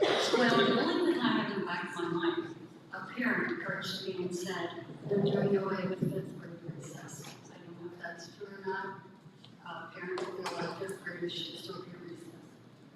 I have no knowledge of that. Okay. And she said, a lot of parents are thinking about withdrawing their kids and opening new I wrote a note here, and I didn't touch on it, but you just bring it back to life. So we're down 16% year over year at the middle school, or at least projected from this year to next year. So we need to take some steps to change that trend for the reasons that Michelle just stated, because if that happens, then that 15% is an even greater number, which is a further detriment to the system than what the numbers show on the spreadsheet in terms of staffing. So if we can change that trend, go minus 16 to plus 16, it's not gonna happen overnight, not year over year, but that's the goal. So if there's a decision we can make that makes the teachers happier to teach, the students easier to teach, we're spending money to make money if we can put it into the business sense. So it might be tough year one, but that's a hole I think we can climb out of. And I'm not saying that we have the answers. I'm asking to look into it from a different angle than the equitable, I don't want to use the word fairness again, but that equitable across the district lens. Is that fair? Yep, that sounds great. And I think, you know, the last thing here, we can talk about how hard it is to find and hire people in all positions here. We don't want to get to a point where we start losing good teachers. Because they're not going to be easy to replace. So we got to keep that on the back of our minds here too.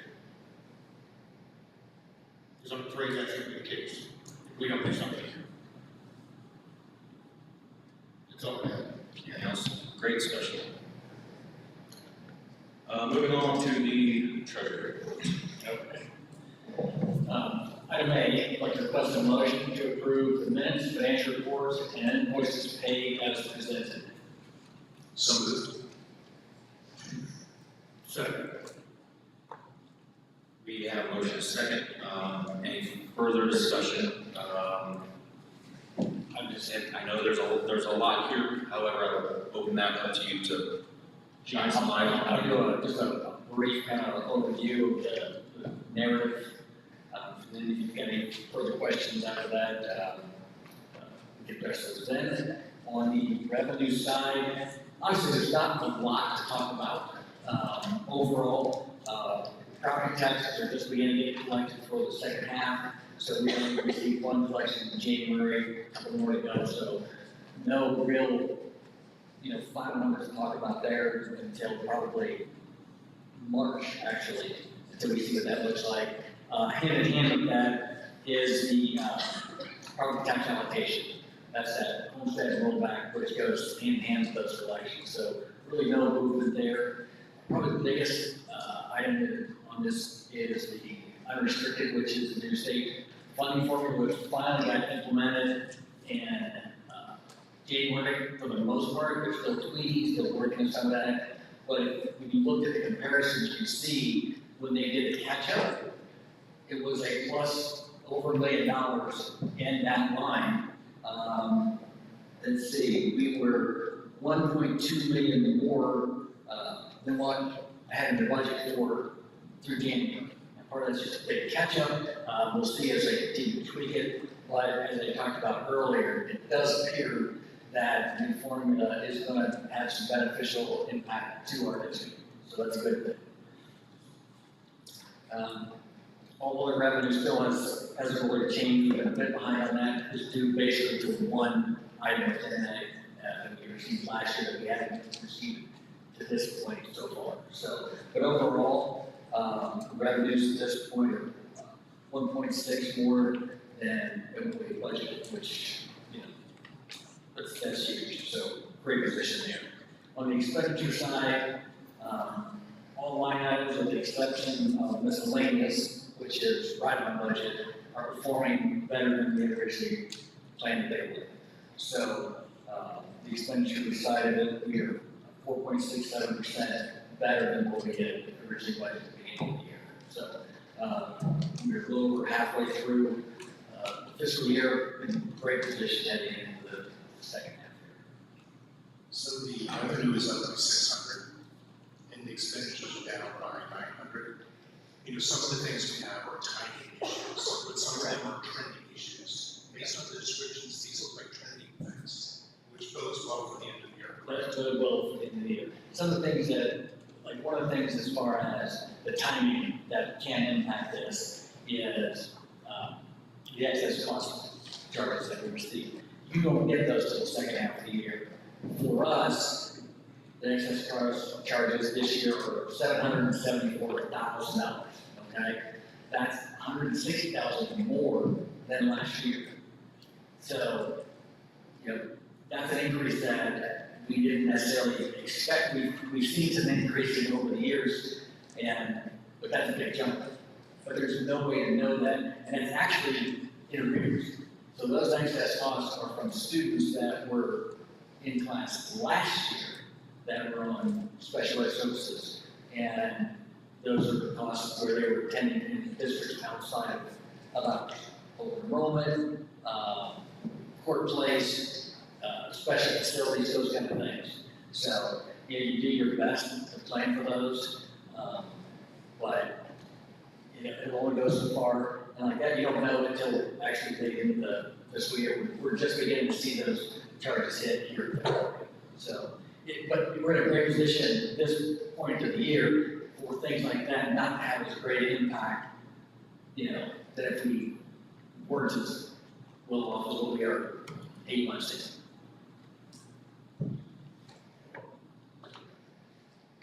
Okay, we have a motion, do the second. Any further discussion? Okay, hearing none, we'll bring to a vote. Smith. Yes. Dickman. Yes. Lott. Yes. Boswell. Yes. Motion carries. The next item is for school fees. I'd like to request a motion to approve the following school fees for school year 21-22. Kindergarten through grade 8, $35, and grades 9 through 12 per attached. Second. This seems like an odd time for this, and it is a very odd time for this. And in many ways, this is a housekeeping item at this point, obviously, because we've been assessing fees all year long. There was a question a couple weeks ago regarding a specific fee, and the question that was then asked was, well, what does it say on the fee schedule? What was approved? Well, as we looked back into the summer, in some way, the approval of this year's fees was missed. Both elementary all the way through, just that specific process was missed sometime during the summer. So, in order to be compliant with the things we need to do each school year, which one of them is approving school fees, we are doing now for this school year.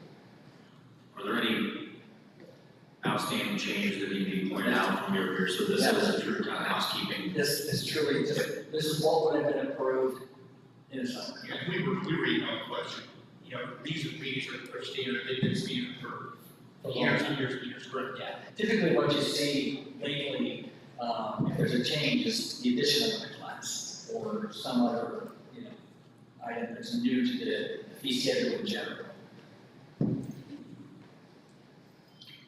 Okay, we have a motion and a second, so hearing no further discussion, we can bring it to a vote. Lott. Yes. Smith. Yes. Dickman. Yes. Boswell. Yes. Motion carries. Item C.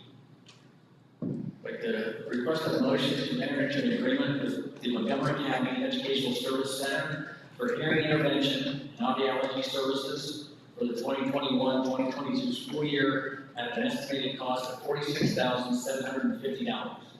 Both the district and the Montgomery County ESC understand and agree that this amount is based on estimated costs only and shall be modified pursuant to section 3 of the agreement. So moved. So second. Second. Any outstanding discussion? This is kind of an interesting one. Typically, each year, we have services, or students with these services, which we have had for a number of years now, that they facilitate those services in the hearing impaired arena for us. We will get a contract in spring, early summer. We addressed it in the some are at the board agenda to approve it, and we go on, and it's typically invoiced and paid through our foundation payment.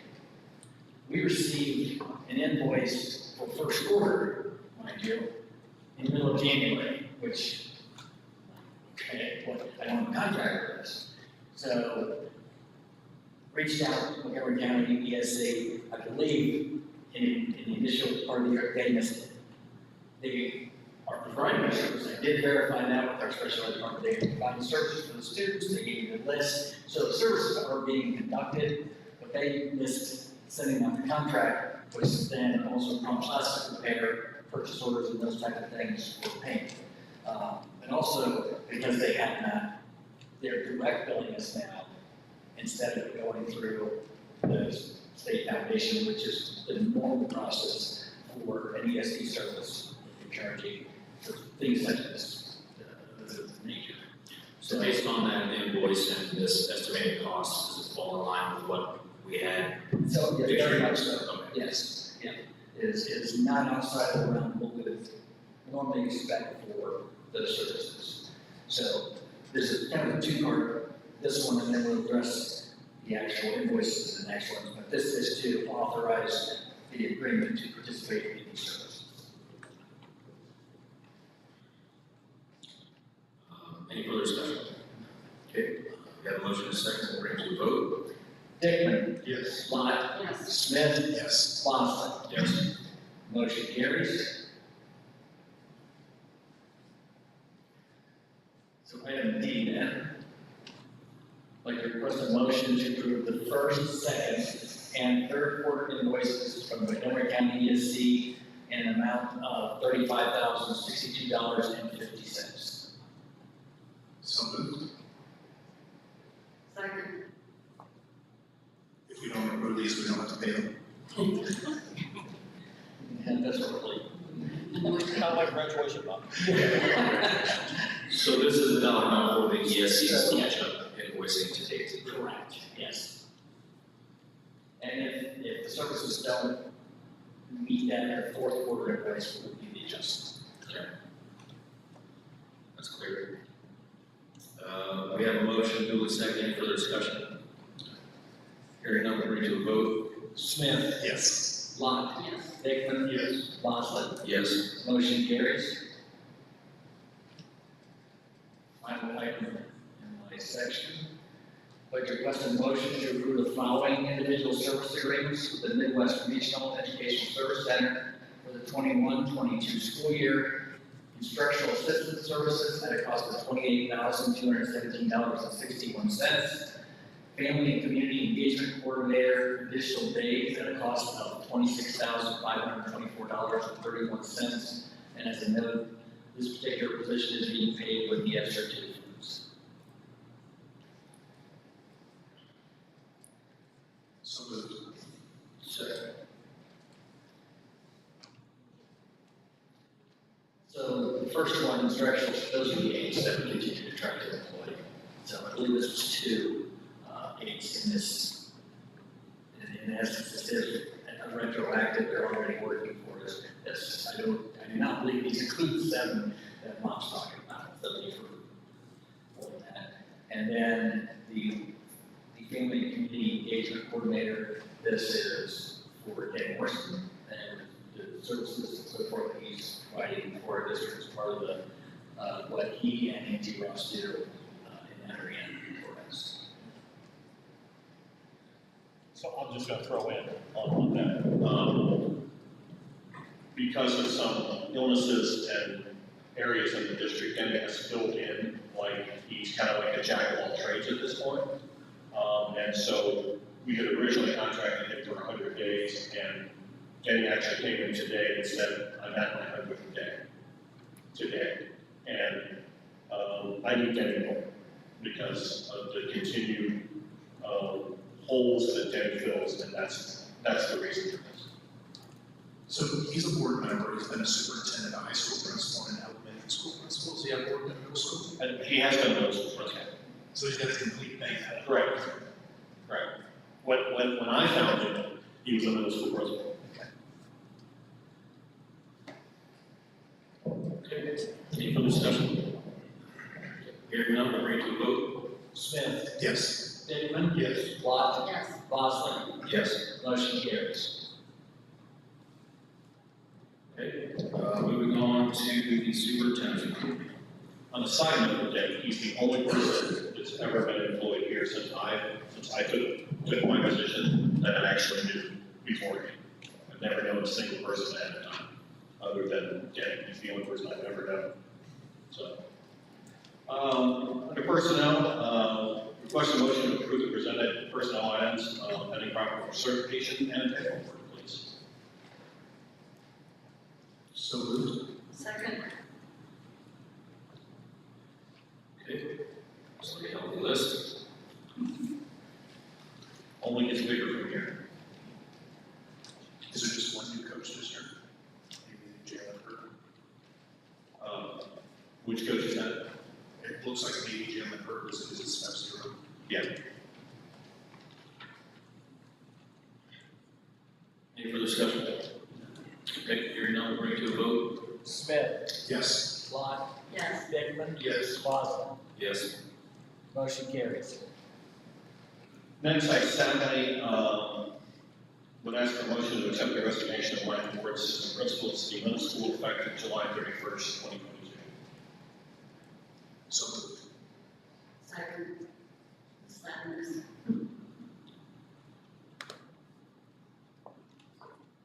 That is sad news. Any other discussion on that? Okay, hearing none, we'll bring it to a vote. Smith. Yes. Lot. Yes. Dickman. Yes. Bosley. Yes. Motion carries.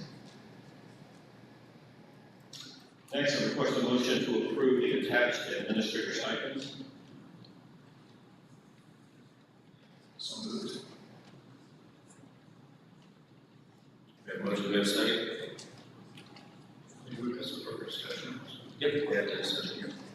We would have some further discussion on some of the questions on this. I need a second, so we're ready to. Yeah, we'll second. Okay. So, hold on a second. Okay. Discussion?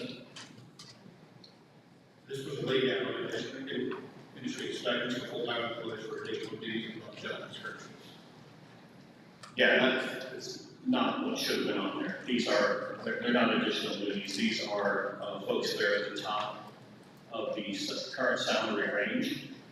And without having to redo the entire administrative salary schedule, I'd just like to remind everyone that this school year is the only employee group that did not get any raise at all.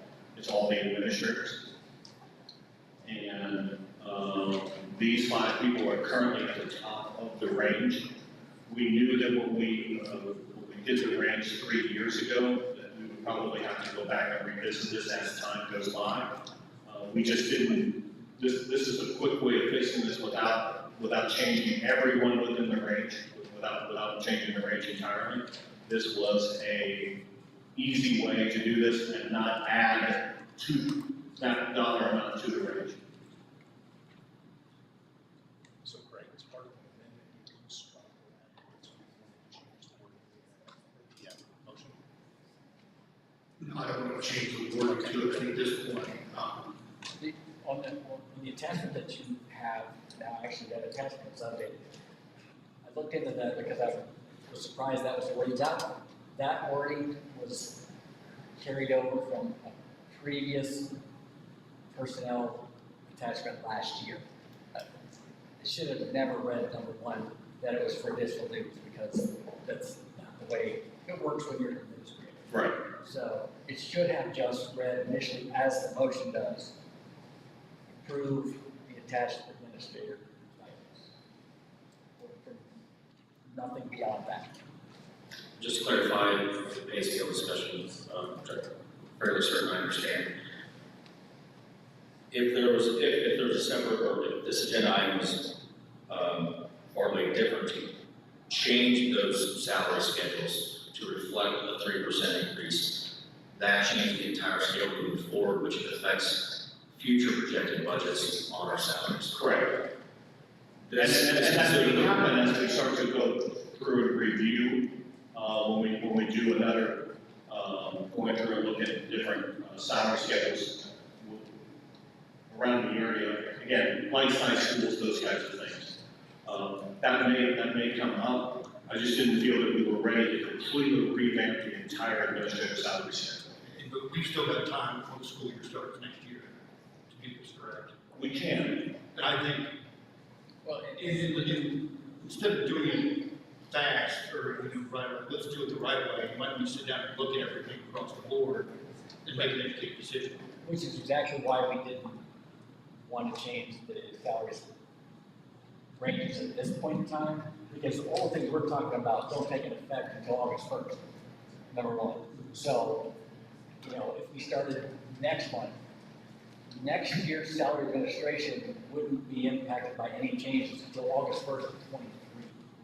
So we have time to do that due diligence, look at competitive districts, what we need to do to make sure we keep good administrators compared to what others do. So, yeah, which is to your point, this is why we didn't change the ranges now. We haven't had an opportunity to do those discoveries, those researches. And so in order to recognize, the work that's been done for those administrators that are already at the top. You know what, and some of them have reached the top because we developed these ranges when they were already here. And what we felt was appropriate at the time, they were already close, okay? And so it didn't take much for them to be there. So recognizing that, it was the one group that did go without taking anything last year, which we were perfectly fine with, considering what we were trying to accomplish. But yet, we would like to be able to recognize, this handful of people also, along with anybody else, as we consider salary administration going forward. And again, I'm going to throw in that, everyone, you made a good point that we need to do whatever we can to keep our teachers. I believe we need to do whatever we can to keep our current administrative staff, which I believe is top notch. I agree. I think what we're doing is do it the right way, and let's do the research, and let's look at the salary schedules and adjust them if we need to. And then, instead of just doing side, let's look at the long-term effect. Well, again, I guess what Mike was saying is we wanted more time. We wanted to do this over a year period of really gathering information. But if the board feels that we need to do it in the next 2 or 3 months, then that's what we do. I think we can do that exhaustive review of what the impact of the salary schedule changes would be. But in the meantime, maybe take a little bit more time to just kind of wrap our heads around what this immediate impact is, and maybe just some of the semantics around it based on how it was originally presented in the agenda, and whether that was, utilizing our old, cut and paste form or what have you. Just so that we can cover our bases and do our due diligence, I think would be prudent to maybe postpone this one at least until we can put it on another agenda. So actually, I think if the ranges were adjusted and these weren't offered as stipends, it's more beneficial to those administrators as well. So you think it will take longer? These don't go into effect until August, so we need to probably approve them at latest in the June or July meeting. Yeah. I think that's fair. And that's what you want to do. Correct. I think the range is step one, and then if those individuals are now within the adjusted ranges, they would just get the normal raise. Otherwise, we would be back to this conversation. But regardless, I think it happens. It's just how it happens, correct? That's what I feel. That being said, we're going to vote on this as it sits, or we're going to entertain a motion to amend the motion at hand. So I think that motion. Yes, I would. Until we can do it indefinitely, we can table it until the completion of the range. So are you offering that? That's right. I'll second it. So the amendment is to table this motion, no, correct, to table this motion until the completion completion of the salary range for non-negotiable. That's correct. We have a motion, we have a second. I second, okay. You'd like it when we get a motion, amendments. This is the first time we offer one to postpone until a later date.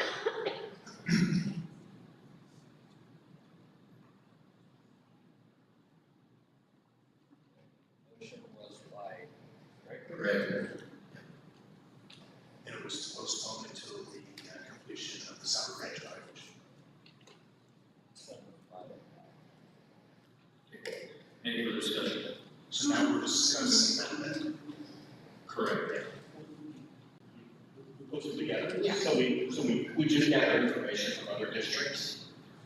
You said your administrator report. So Mike and I will gather that information, share it with the board, and then, make a recommendation. You would have to approve any changes to some. Right. Then it'd be kind of like what we did earlier, where we had to approve a contract, then approve the invoices. Correct. We'll approve the ranges, then we'll approve the adjustments. Okay, so we have a motion to postpone, duly second, any further discussion? No. Hearing none, bring it to a vote. Hickman, Yes. Smith, Yes. Lott, Yes. Boswell. Well, I'm looking at this, do I click on Yes, this? that's being taken. Okay, so I don't click anything? I'm just taking it for a vote. Okay. I'm a yes. So what do you want us to do to our voting box? That's what I was saying. That's what threw me. Should leave it open. We can't go on that.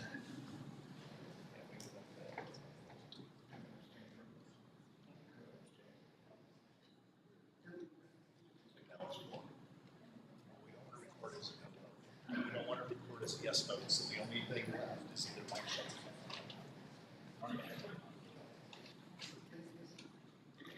If we don't get a abstain, will you correct it? I agree if I move on, I close it without making any. I have the notes regardless of it being done, I'll correct the minutes as they're generated regardless.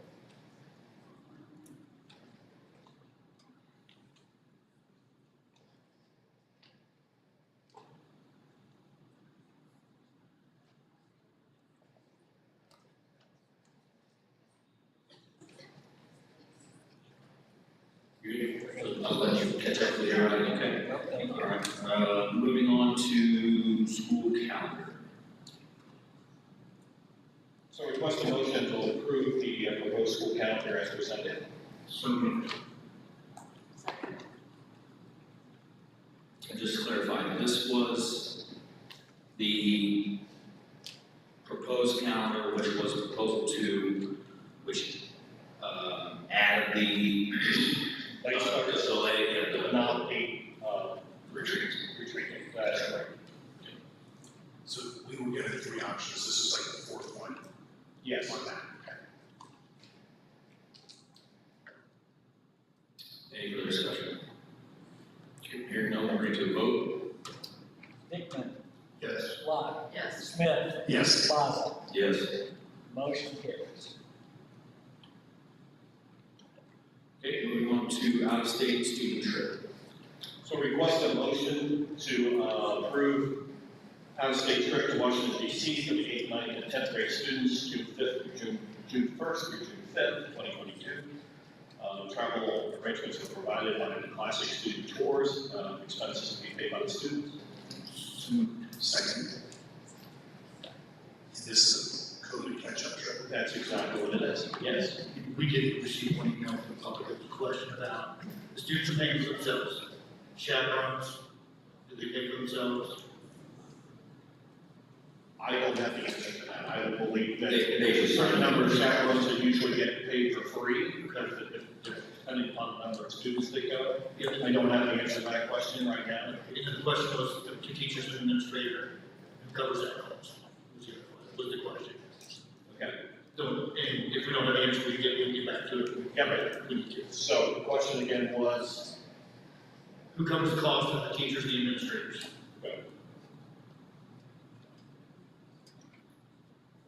so the teachers and the administrators. Yes. Okay. In chaperones, I want to know. And check. Yes. If you just have anything on that, you know, that's it.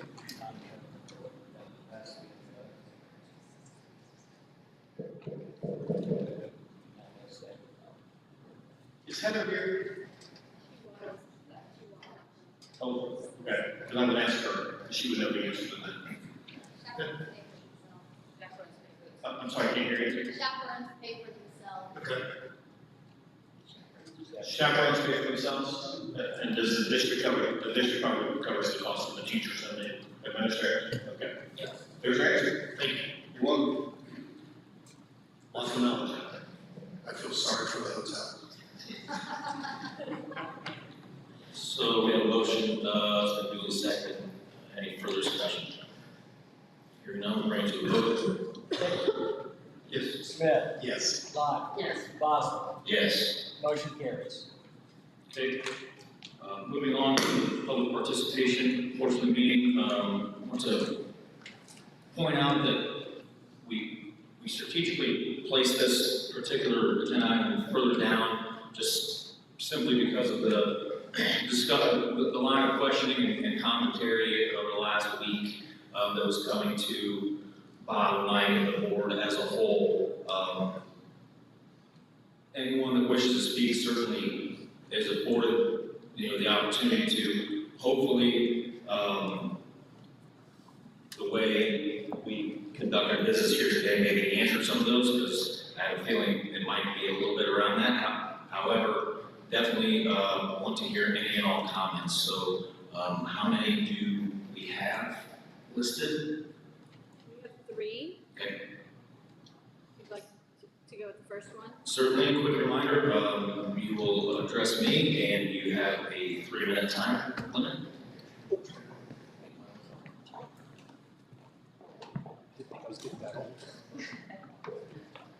First, we have Tracy Gockley.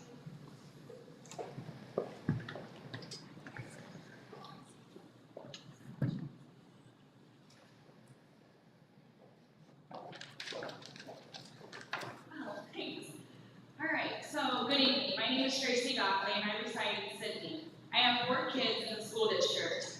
When the reconfiguration was spoken and elementary students moved to the middle school, it was promised to the community and teachers 5th grade would run as an elementary school. You heard from a Sydney middle school teacher yourself asking for help. Humble wanted you to hear it from the teachers and not him. Why not him? Because he did this, and the board members who voted yes on it did this to the teachers and our students. You see, they want the entire middle school to run off the same bell schedule or period schedule. 4 core teachers, then have electives and specials. Where is the time for recess? Teams are no longer in existence. Elementary teachers are now overwhelmed with over 100 students they are each teaching. Why are we fixing something that was never broken? Just to make it more convenient on administration? What about our teachers, our students, and our community? Our community has many kids that don't have a stable home life. They need the safety and consistency of being on a team rather than random teachers who don't communicate. Collaborative learning not only has shown to develop higher level thinking skills, but also boost self-esteem. When our 5th and 6th grade teachers worked in a team, it allowed our students to thrive more academically. They were able to make personal connections with students and collaborate to do what was best for the students on learning ability and how the students learn. Now they throw hundreds of students and take it all away. I thought city schools put their students first. Seems like students and teachers are put last by the looks and actions taken. 10 to 12-year-olds are still learning how to make social connections and interpersonal relationship skills.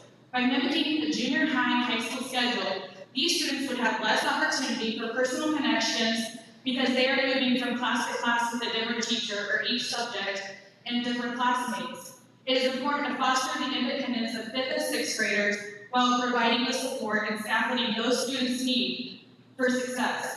Yet here our administration is setting them up for failure. If this is the direction the district's moving towards, why is the focus on hiring more administration instead of teachers and support staff? The district has declined 600 students since 2010. which was the last year's city full-time assistant super. So why did we add an assistant super position to curriculum, literacy coach, and math when our student enrollment has declined? The priorities need to focus on help needed, especially in the elementary grades with large classes and lack of instructional aids. Please put the focus back on our students first and teachers. Thank you. Thank you.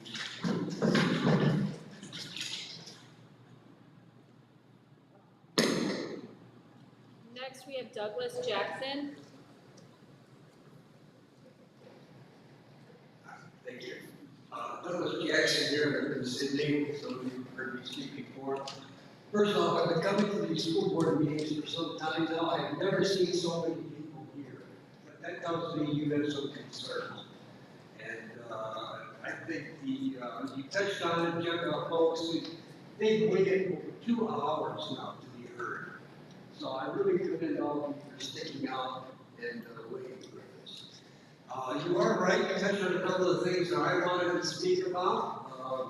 That was as far as some of the, I'll just leave it at that.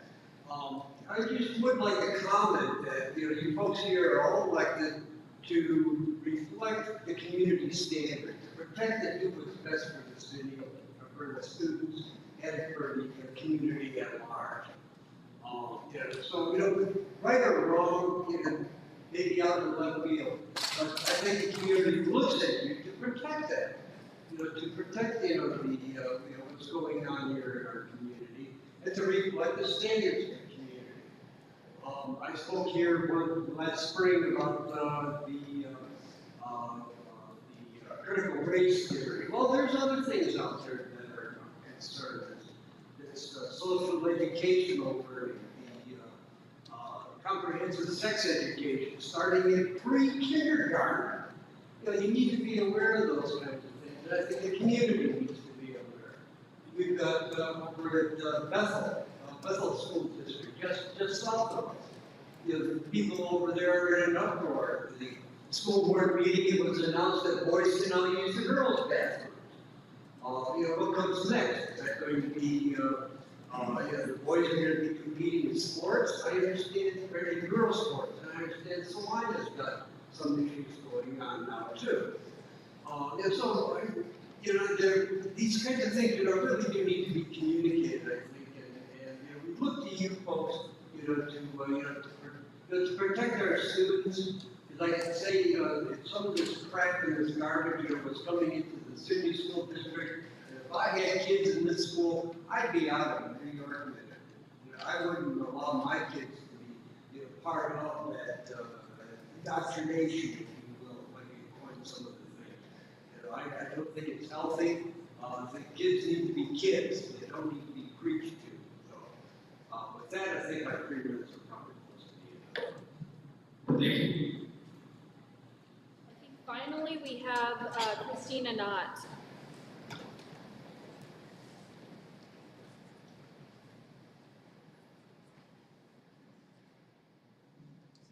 Hi, my name is Christina Knott, and I'm a mother of 3 boys who all attend Sydney City Schools. We actually live in the heart of Austin School District, and we chose to enroll our students here when my oldest were in kindergarten. They are now in 5th grade. My youngest is currently in 5th grade, and I'm going to get a little personal for a minute, and I want to start out with his strengths. And forgive me if I cry because it's an emotional subject for me. He is a very kind, rambunctious, creative, and strong-willed child, but he is also very impulsive, emotional, and sometimes very defiant. He has a lot of trouble sitting still and is often very unfocused. He is fidgety, he is very unorganized, and he is sensitive to noises in highly congested spaces. But a lot of the time, he will not tell you these things, he will just shut down. He has a very hard time when he doesn't understand something, and he has a very hard time following multi-step directions. He has some self-esteem issues, and part of the reason why he shuts down when he refuses to work, part of it's because he's defiant, part of it is because that's his way of coping. He does attend counseling, so some thoughts that come across people's minds, not that I want to judge other people, but does he attend counseling? Does he come from a stable home? Yes, he does all of these things. He was evaluated at Nationwide Children's for autism when he was 5 years old. He was actually diagnosed with ADHD. They told me he didn't use hand gesture, or he didn't have like repetitive hand gestures, and he looks people in the eye when he talks to them, and that's why they wouldn't give him a diagnosis of autism, but a lot of other things mesh. He is currently on an IEP for speech, and it also contains accommodations such as frequent breaks, more time on tests, being removed from whole class to have a smaller, quieter area to work in. When he was age 7, I decided to make the hardest decision of my life and to medicate my child. Now at age 10, he is on multiple medications just to help balance his mood and to maintain focus and impulsivity at school. He even takes meds at lunchtime to help with that. He has been blessed with amazing teachers at City schools, and a lot of them are sitting over here. I felt very confident that he was getting what he needed in his IEP with his accommodations just a few years ago. But my son does not fit the typical mold of a student. But he is not a severe student, so he doesn't get all the attention that others do. But he's not typical. He struggles in a room full of the typicals, but he's not failing. He's falling through the cracks, and he needs extra help. My son's one of his classes, and I'm assuming if they all rotate, they're all very similar. They have 30 students in them.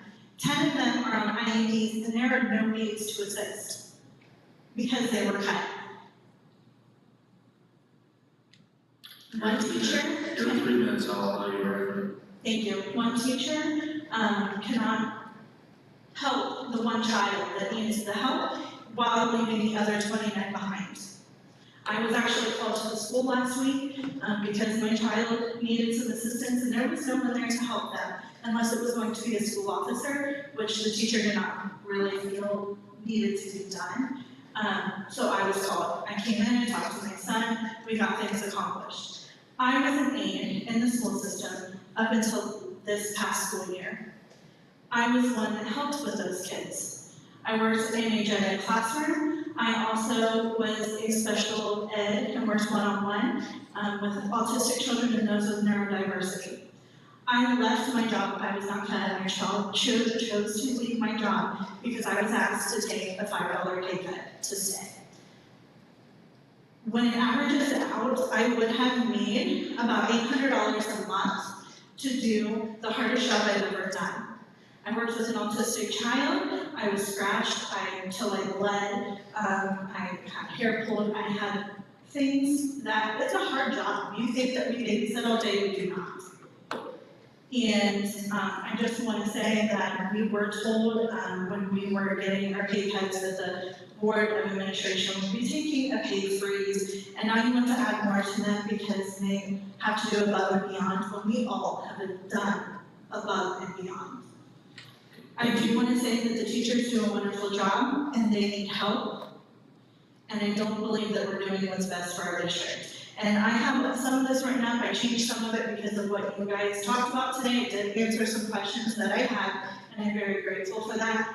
But there are some things in here that I did not speak on, and if you would like a copy to read it, I may have those for you as well. Please, thank you. Thank you for your time.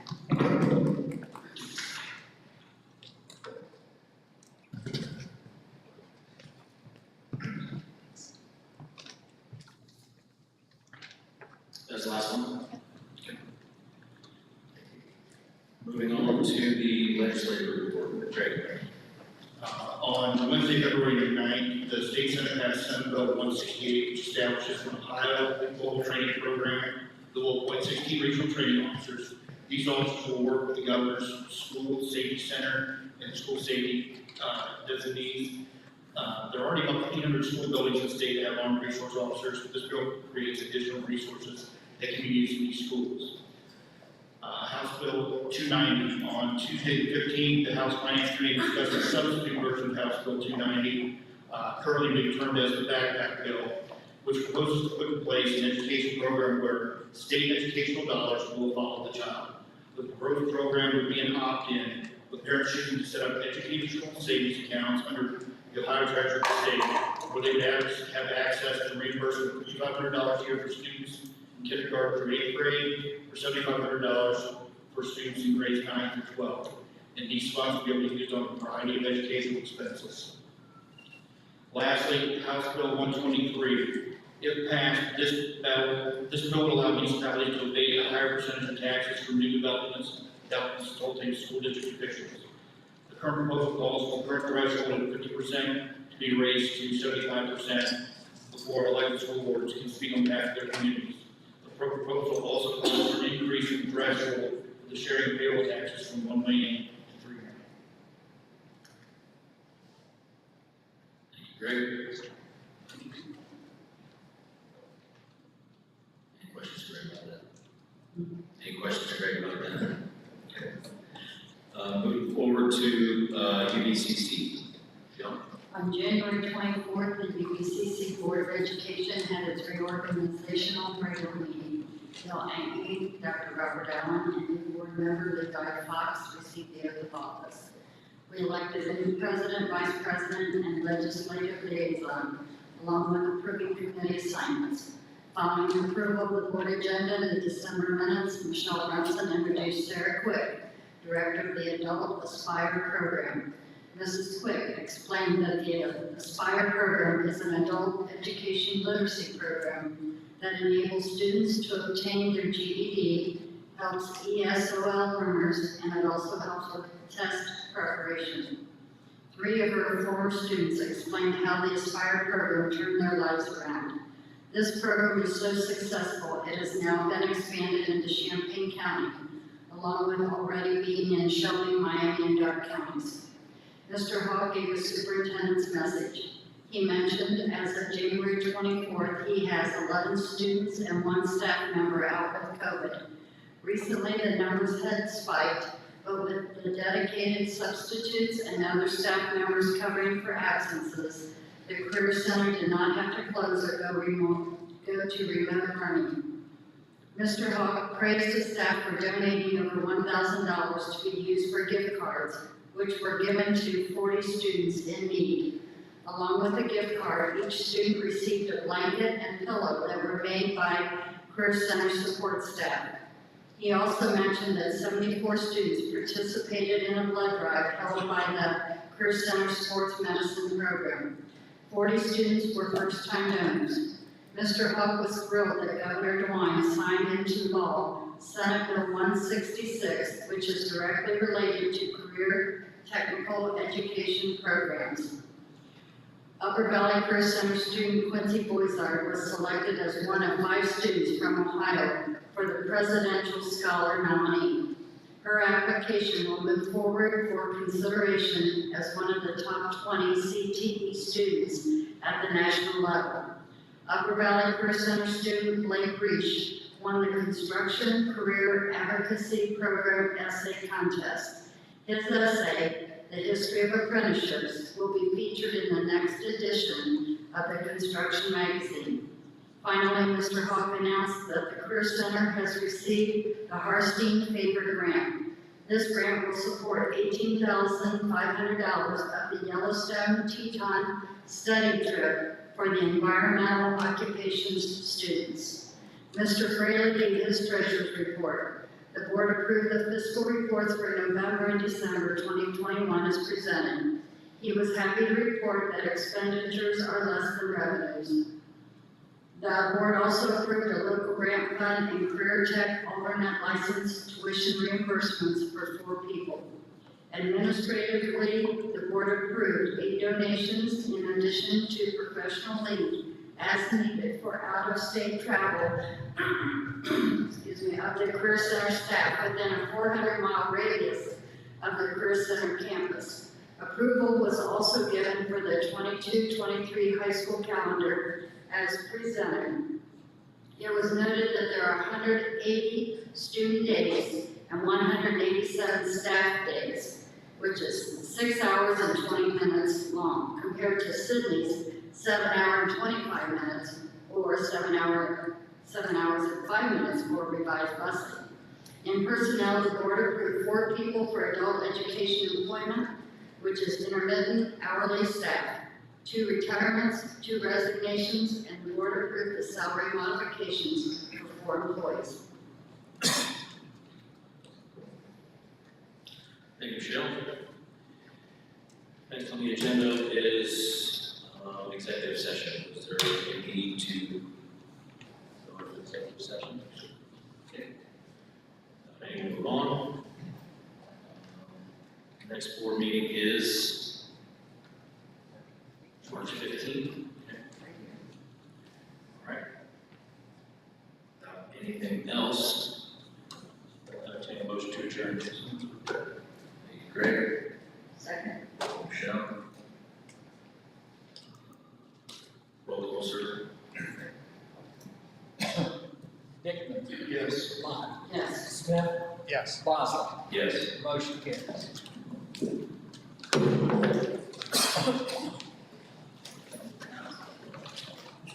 Thanks again, everybody.